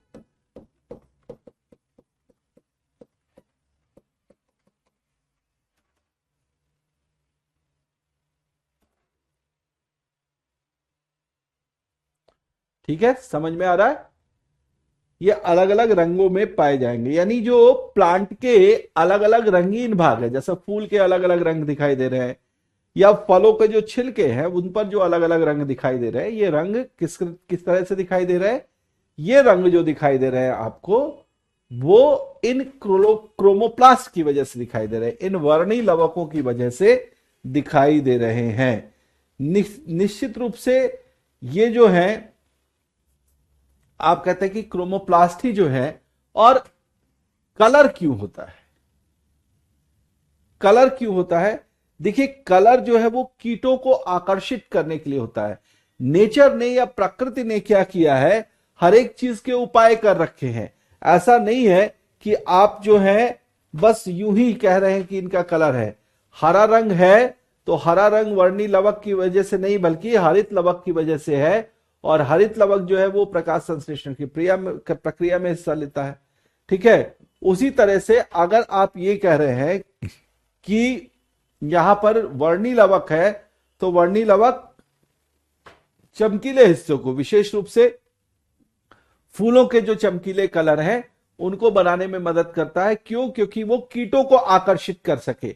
और कीट किस प्रक्रिया के लिए आएंगे? पॉलिनेशन के लिए आएंगे, परागण की प्रक्रिया के लिए आएंगे। आपसे पीछे पूछा था यूपीएससी में क्वेश्चन, है ना? इस क्वेश्चन को लोगों ने कहा कि भाई इसको जो है वो उठा के डाल दिया जाए किसमें, इसको इन्वायरमेंट इकोलॉजी के क्वेश्चन में डाल दिया जाए। वहां पर पॉलिनेशन या परागण की प्रक्रिया जो है वो महत्वपूर्ण रूप से बताई जाती है, लेकिन ये जीव विज्ञान का भी हिस्सा है। आपको ये पता होना चाहिए कि परागण की प्रक्रिया के कारण ही पौधों में जो प्रजनन की प्रक्रिया है वो संपन्न हो पाती है।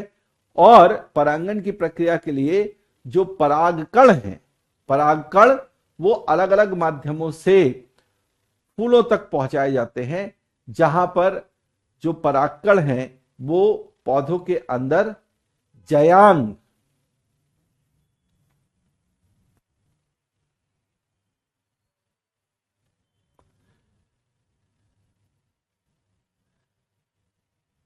एक मिनट अभी आपको बताता हूं जी सुमित, बिल्कुल सही आप कह रहे हैं, वो कैरोटीनॉइड की वजह से ही होता है।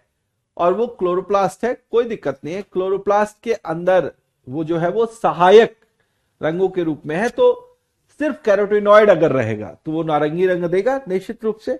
और अगर आप देखें तो गाजर के अंदर भी क्या है, वहां पर भी भोजन बनाने की प्रक्रिया, लेकिन चूंकि वहां पर क्लोरोफिल नहीं है, इसलिए उस प्रकार के भोजन की उपस्थिति या उस प्रकार के भोजन का निर्माण नहीं होता जैसा कि आपको कार्बोहाइड्रेट के रूप में पत्तियों के अंदर होता हुआ दिखाई देता है। ठीक है, तो इसलिए वहां पर कैरोटीन ही जो है वो कलर प्रोवाइड कर रहा है। ठीक है, तो वर्णी लवक जो है वो इसलिए महत्वपूर्ण है, इसलिए इंपॉर्टेंट है, ये आप ध्यान रखेंगे।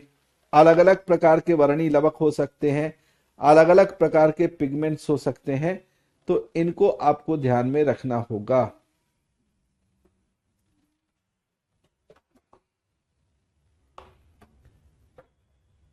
ठीक है, अब इसके अलावा है ना, ये लवक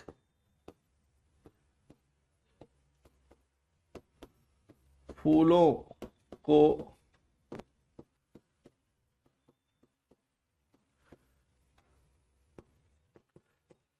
चमकीला रंग प्रदान करते हैं,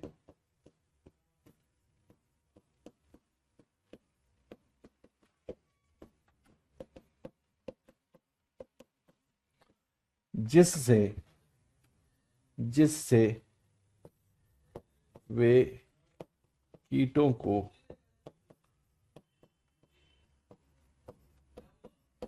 परागण यानी कि पॉलिनेशन करने के लिए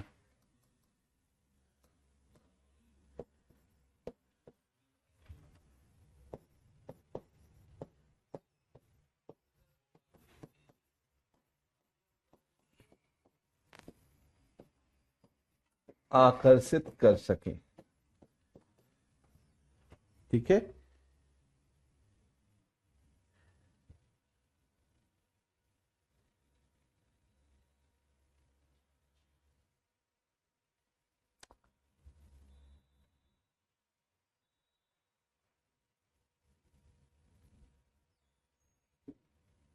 अरे क्यों नहीं, बिल्कुल होता है। बिना प्रजनन के तो देखिए, आप लोगों को मैं बताऊं, जिन लोगों को इस चीज, प्रजनन की प्रक्रिया का मतलब क्या है? प्रजनन की प्रक्रिया का मतलब है अपनी ही प्रकार के एक दूसरे जीव को उत्पन्न कर लेना। अगर पौधे के बीज से ठीक उसी प्रकार का नया पौधा, किसी पेड़ के फल के बीज से उसी प्रकार का नया पौधा उत्पन्न हो जाए और उस पौधे से फिर उसी प्रकार के फल उसके मैच्योर होने के बाद आने लगे, तो ये जो एक पौधे से दूसरा नया पौधा बना, ये क्या है? ये तो प्रजनन की ही प्रक्रिया है ना। तो इसलिए निश्चित रूप से आपको इसमें कंफ्यूज होने की बिल्कुल आवश्यकता नहीं है, प्रजनन की प्रक्रिया वहां पर भी होती है। ठीक है, ओके, क्रोमोप्लास्ट हो गया। अब आइए आपको एक बताता हूं, ल्यूकोप्लास्ट। ल्यूकोप्लास्ट,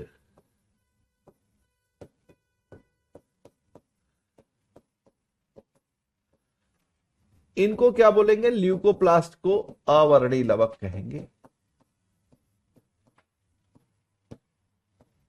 ल्यूकोप्लास्ट या अवर्णी लवक कहेंगे।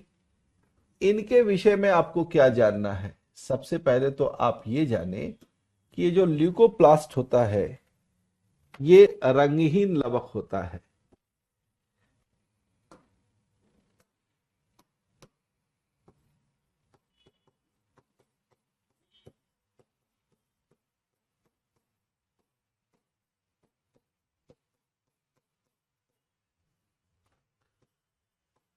होते हैं तथा पौधों के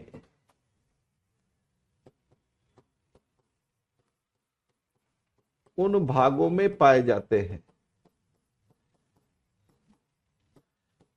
पौधों के उन भागों में पाए जाते हैं जहां जहां क्या नहीं मिल रहा है, पौधों के उन भागों में पाए जाते हैं जहां प्रकाश नहीं पहुंच पाता, नहीं पहुंच पाता। अब आप कहेंगे कि फूलों में प्रकाश पहुंचता है तो वहां पर क्रोमोप्लास्ट पाया जा रहा है, वहां पर हरित लवक क्यों नहीं पाया जा रहा है? तो यहां पर ध्यान रखना है कि जो क्रोमोप्लास्ट होगा ये उन भागों में पाया जा रहा है जो कि कीटों को आकर्षित कर सके, है ना। तो जो रिप्रोडक्टिव ऑर्गन वाले हिस्से होंगे वहां पर ये पहुंचेगा, वहां पर ये रहेगा। और इसका मतलब है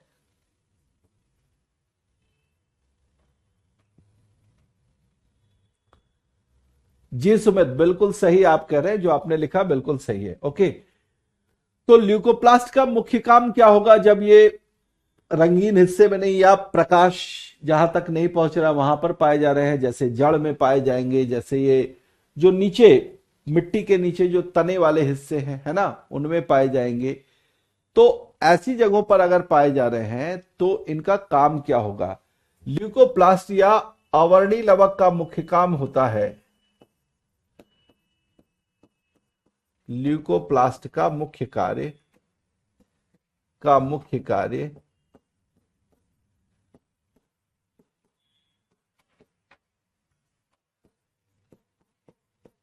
भोज्य पदार्थों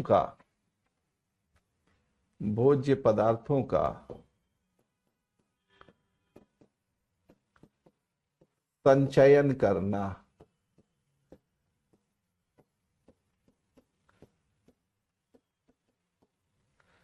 भोज्य पदार्थों का संचयन करना है। ये भोज्य पदार्थों का संचयन कैसे होगा भाई? तो भोज्य पदार्थों का जो संचयन है वो मुख्यतः होगा, ये भोज्य पदार्थों का संचयन मुख्यतः होगा किस रूप में? तो ये होगा अलग अलग कार्बोहाइड्रेट के रूप में हो सकता है, प्रोटीन के रूप में हो सकता है ना, या फिर आप कह सकते हैं कि लिपिड यानी वसा के रूप में हो सकता है। तो ये जो अलग अलग प्रकार के पोषक तत्व हैं उनके रूप में भोजन का संचयन होगा, भोज्य पदार्थों का संचयन होगा। तो इस आधार पर, कार्य के आधार पर अगर आप बात करेंगे तो ल्यूकोप्लास्ट के अलग अलग प्रकार हैं। कार्यों के आधार पर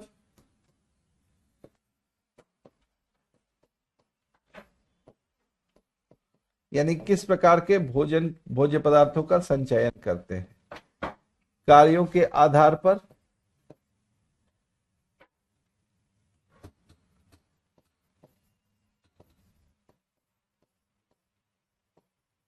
ल्यूकोप्लास्ट के प्रकार,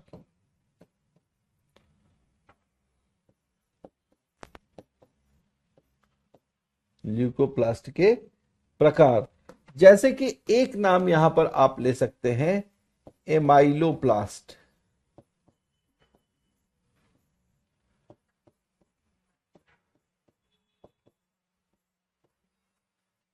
ठीक है, तो एमाइलोप्लास्ट जो है ये कार्बोहाइड्रेट का संचयन करता है।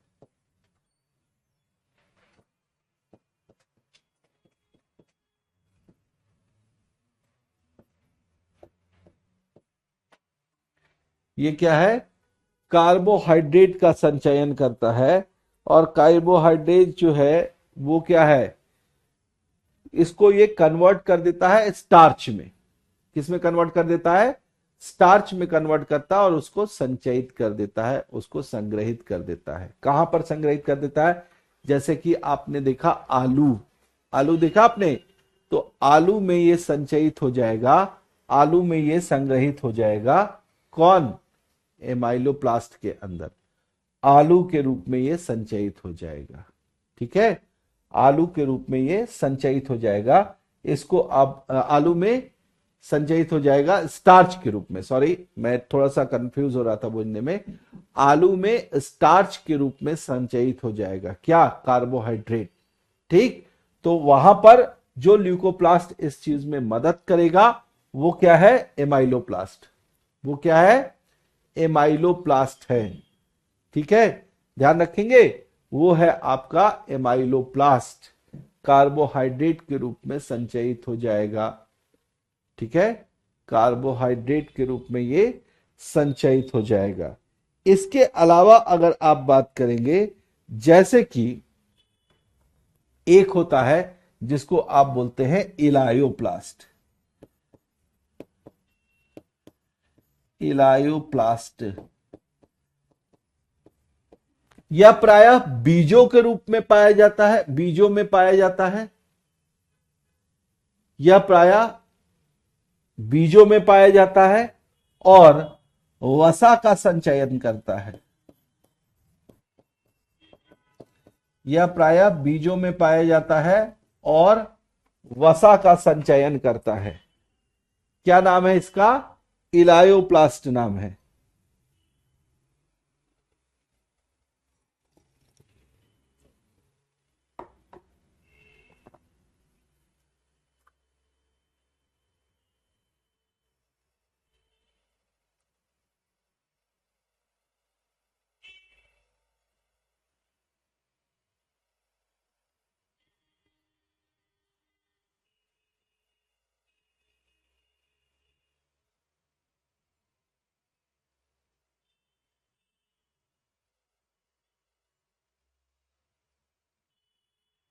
ठीक है, वसा का संचयन करता है। इसके अलावा एक और प्लास्टिड है, इसको हम बोलते हैं एल्यूरोप्लास्ट।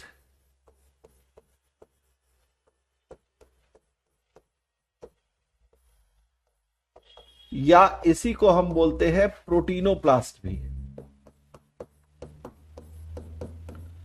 इसी को क्या बोलते हैं? प्रोटीनोप्लास्ट भी बोलते हैं। ये क्या करता है? निश्चित रूप से नाम से आपको पता चल गया होगा, प्रोटीन का संचयन करता है।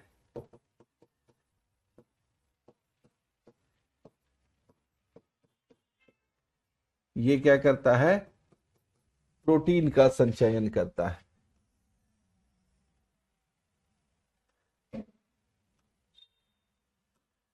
ये क्या करता है भाई?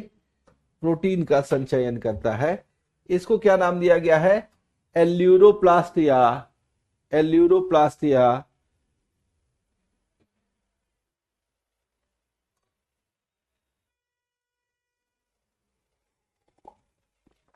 प्रोटीनोप्लास्ट।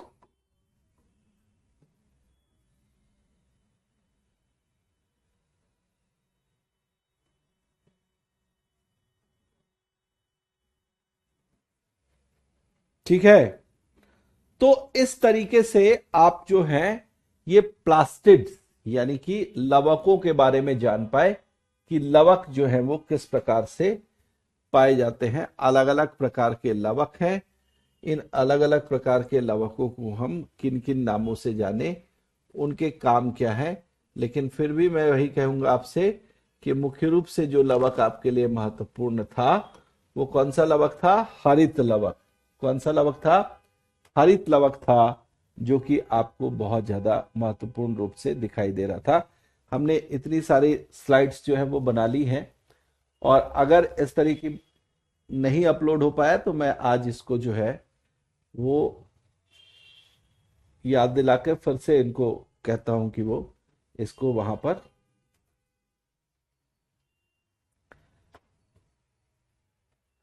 अपलोड कर दें।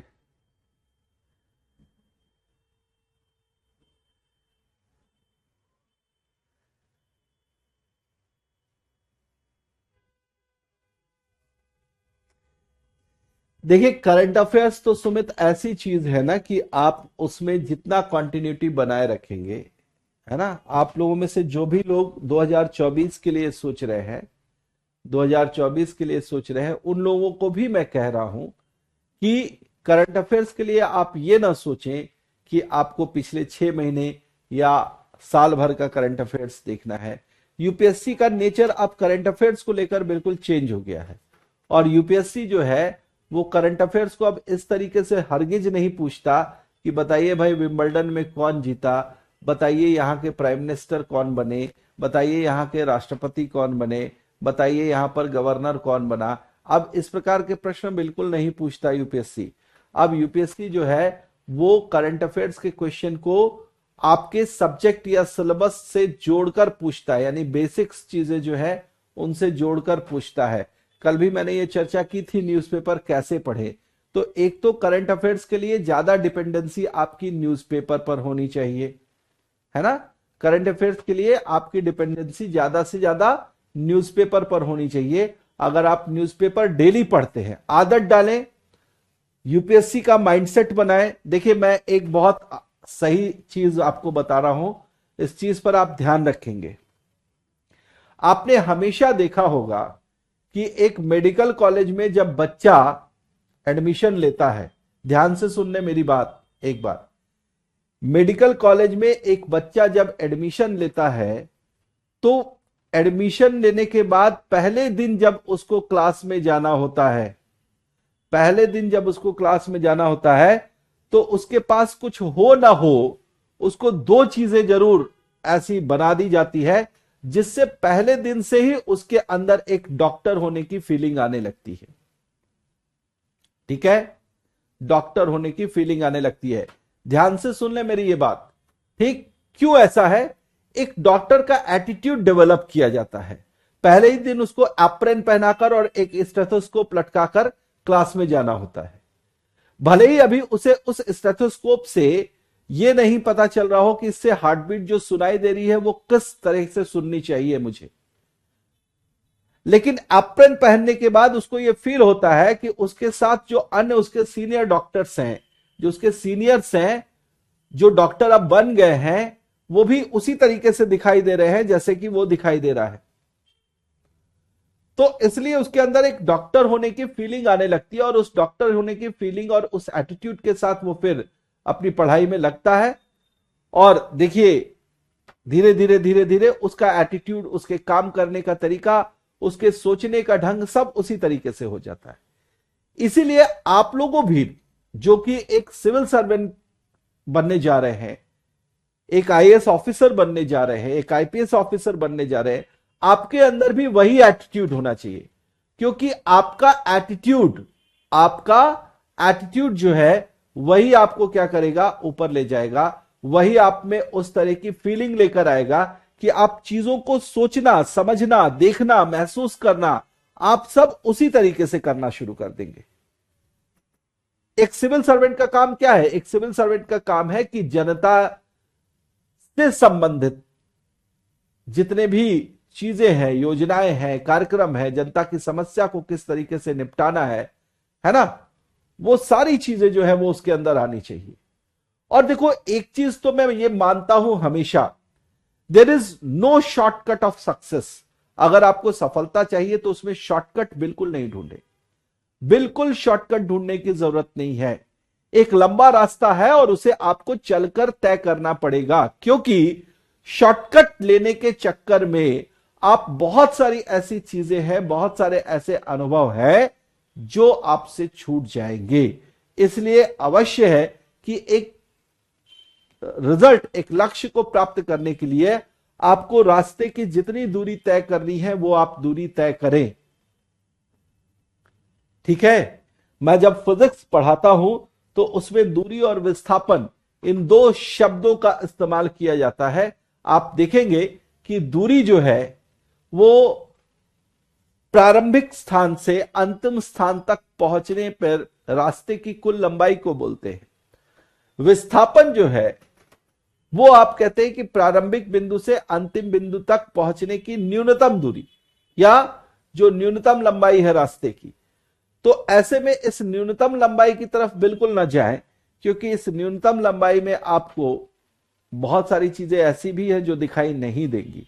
इसलिए आप में से जो भी ये कह रहे हैं कि करंट अफेयर्स कितना, उनके लिए मैंने बताया है कि बिल्कुल ऐसा ना करें। मैं एकदम आ रहा हूं शबनम आपके भी सवाल का उत्तर देता हूं कि आप बिल्कुल इस तरह की चीज ना सोचें कि करंट अफेयर्स कहां से पढ़ना चाहिए। आप आज से फ्रॉम द डे फर्स्ट, भले ही आप एक आर्टिकल पढ़े दिन भर में, लेकिन उस एक आर्टिकल के अंदर क्या कहा गया है, आप किस तरीके से उसको अपने सिलेबस से जोड़ सकते हैं, आपके सिलेबस के अकॉर्डिंग वहां से क्या पूछा जा सकता है, आप ये सारी चीजें एनालाइज करके उस एक आर्टिकल से निकाल लें। आदत डालें, एक सप्ताह, 15 दिन, महीने दिन आप एक एक आर्टिकल पढ़ते रहेंगे, उसके बाद दो। तो जिनको 2024 में भी देना है उनकी एक कंटिन्यूटी बनी रहेगी। और जब आपकी कंटिन्यूटी बनी रहेगी ना, तो दोस्त इसमें आपको ये ढूंढने की आवश्यकता नहीं पड़ेगी कि कब का पढ़े, क्योंकि कई बार यूपीएससी के प्रश्न ऐसे होते हैं जो अभी करंट में चल रहा है उसको भी रिलेट कर दिया, और साल भर पहले, 2 साल पहले, 4 साल पहले हुआ था उसी से रिलेटेड कुछ उसको भी ऐड कर दिया, और तब क्वेश्चन पूछ लिया। आपने इधर का तो याद रखा, पीछे वाला आपको याद नहीं है, तो फिर दिक्कत हो जाएगी। तो इसलिए जहां से भी आप शुरू कर रहे हैं वहां से शुरू करिए। 2024 में जब आप एग्जाम देंगे तब तक ये कंटिन्यूटी में आपके पास बहुत सारी जानकारी इकट्ठा हो जाएगी। आप मल्टी डायमेंशनल वे में सोचना शुरू करेंगे, मल्टी डायमेंशनल वे में सोचना शुरू करेंगे, और इससे आपका जो विश्लेषण करने का जो एटीट्यूड होगा, है ना, एनालिसिस करने का जो तरीका होगा, वो बिल्कुल धीरे धीरे चेंज हो जाएगा, और आप जो है वो बहुत अच्छे से। जी देखिए, जिनके पास इस तरह से स्थिति नहीं है, न्यूज़पेपर नहीं मिल रहा है, वो यूट्यूब वगैरह पर जो न्यूज़पेपर का एनालिसिस है उसको देख सकते हैं, उसको पढ़ सकते हैं। उसके लिए मैं अब यही कहूंगा आपसे कि आपके पास जहां ये सुविधा नहीं है आप उस चीज को देखें।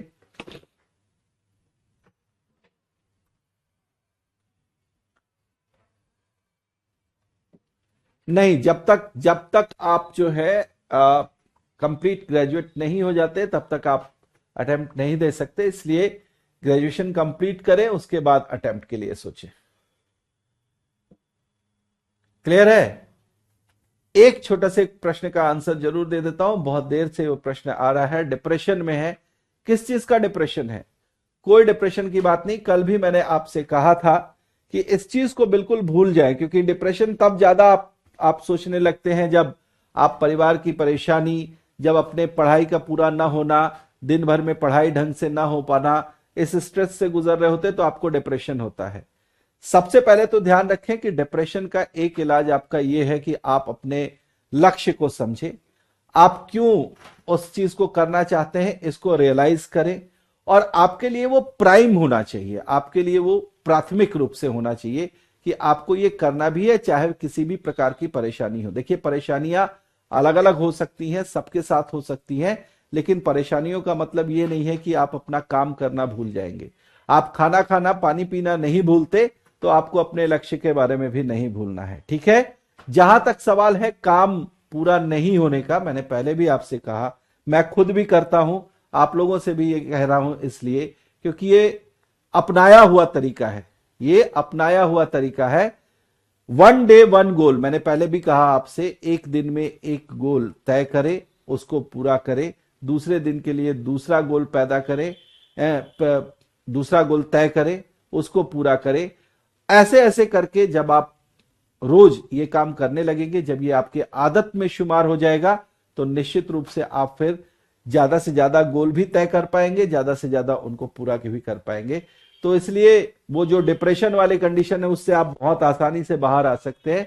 कोई डिप्रेशन की बात ऐसी नहीं सोचनी है, आराम से अपनी चीजों को पूरा करते चलेंगे, आपको कोई डिप्रेशन नहीं होगा।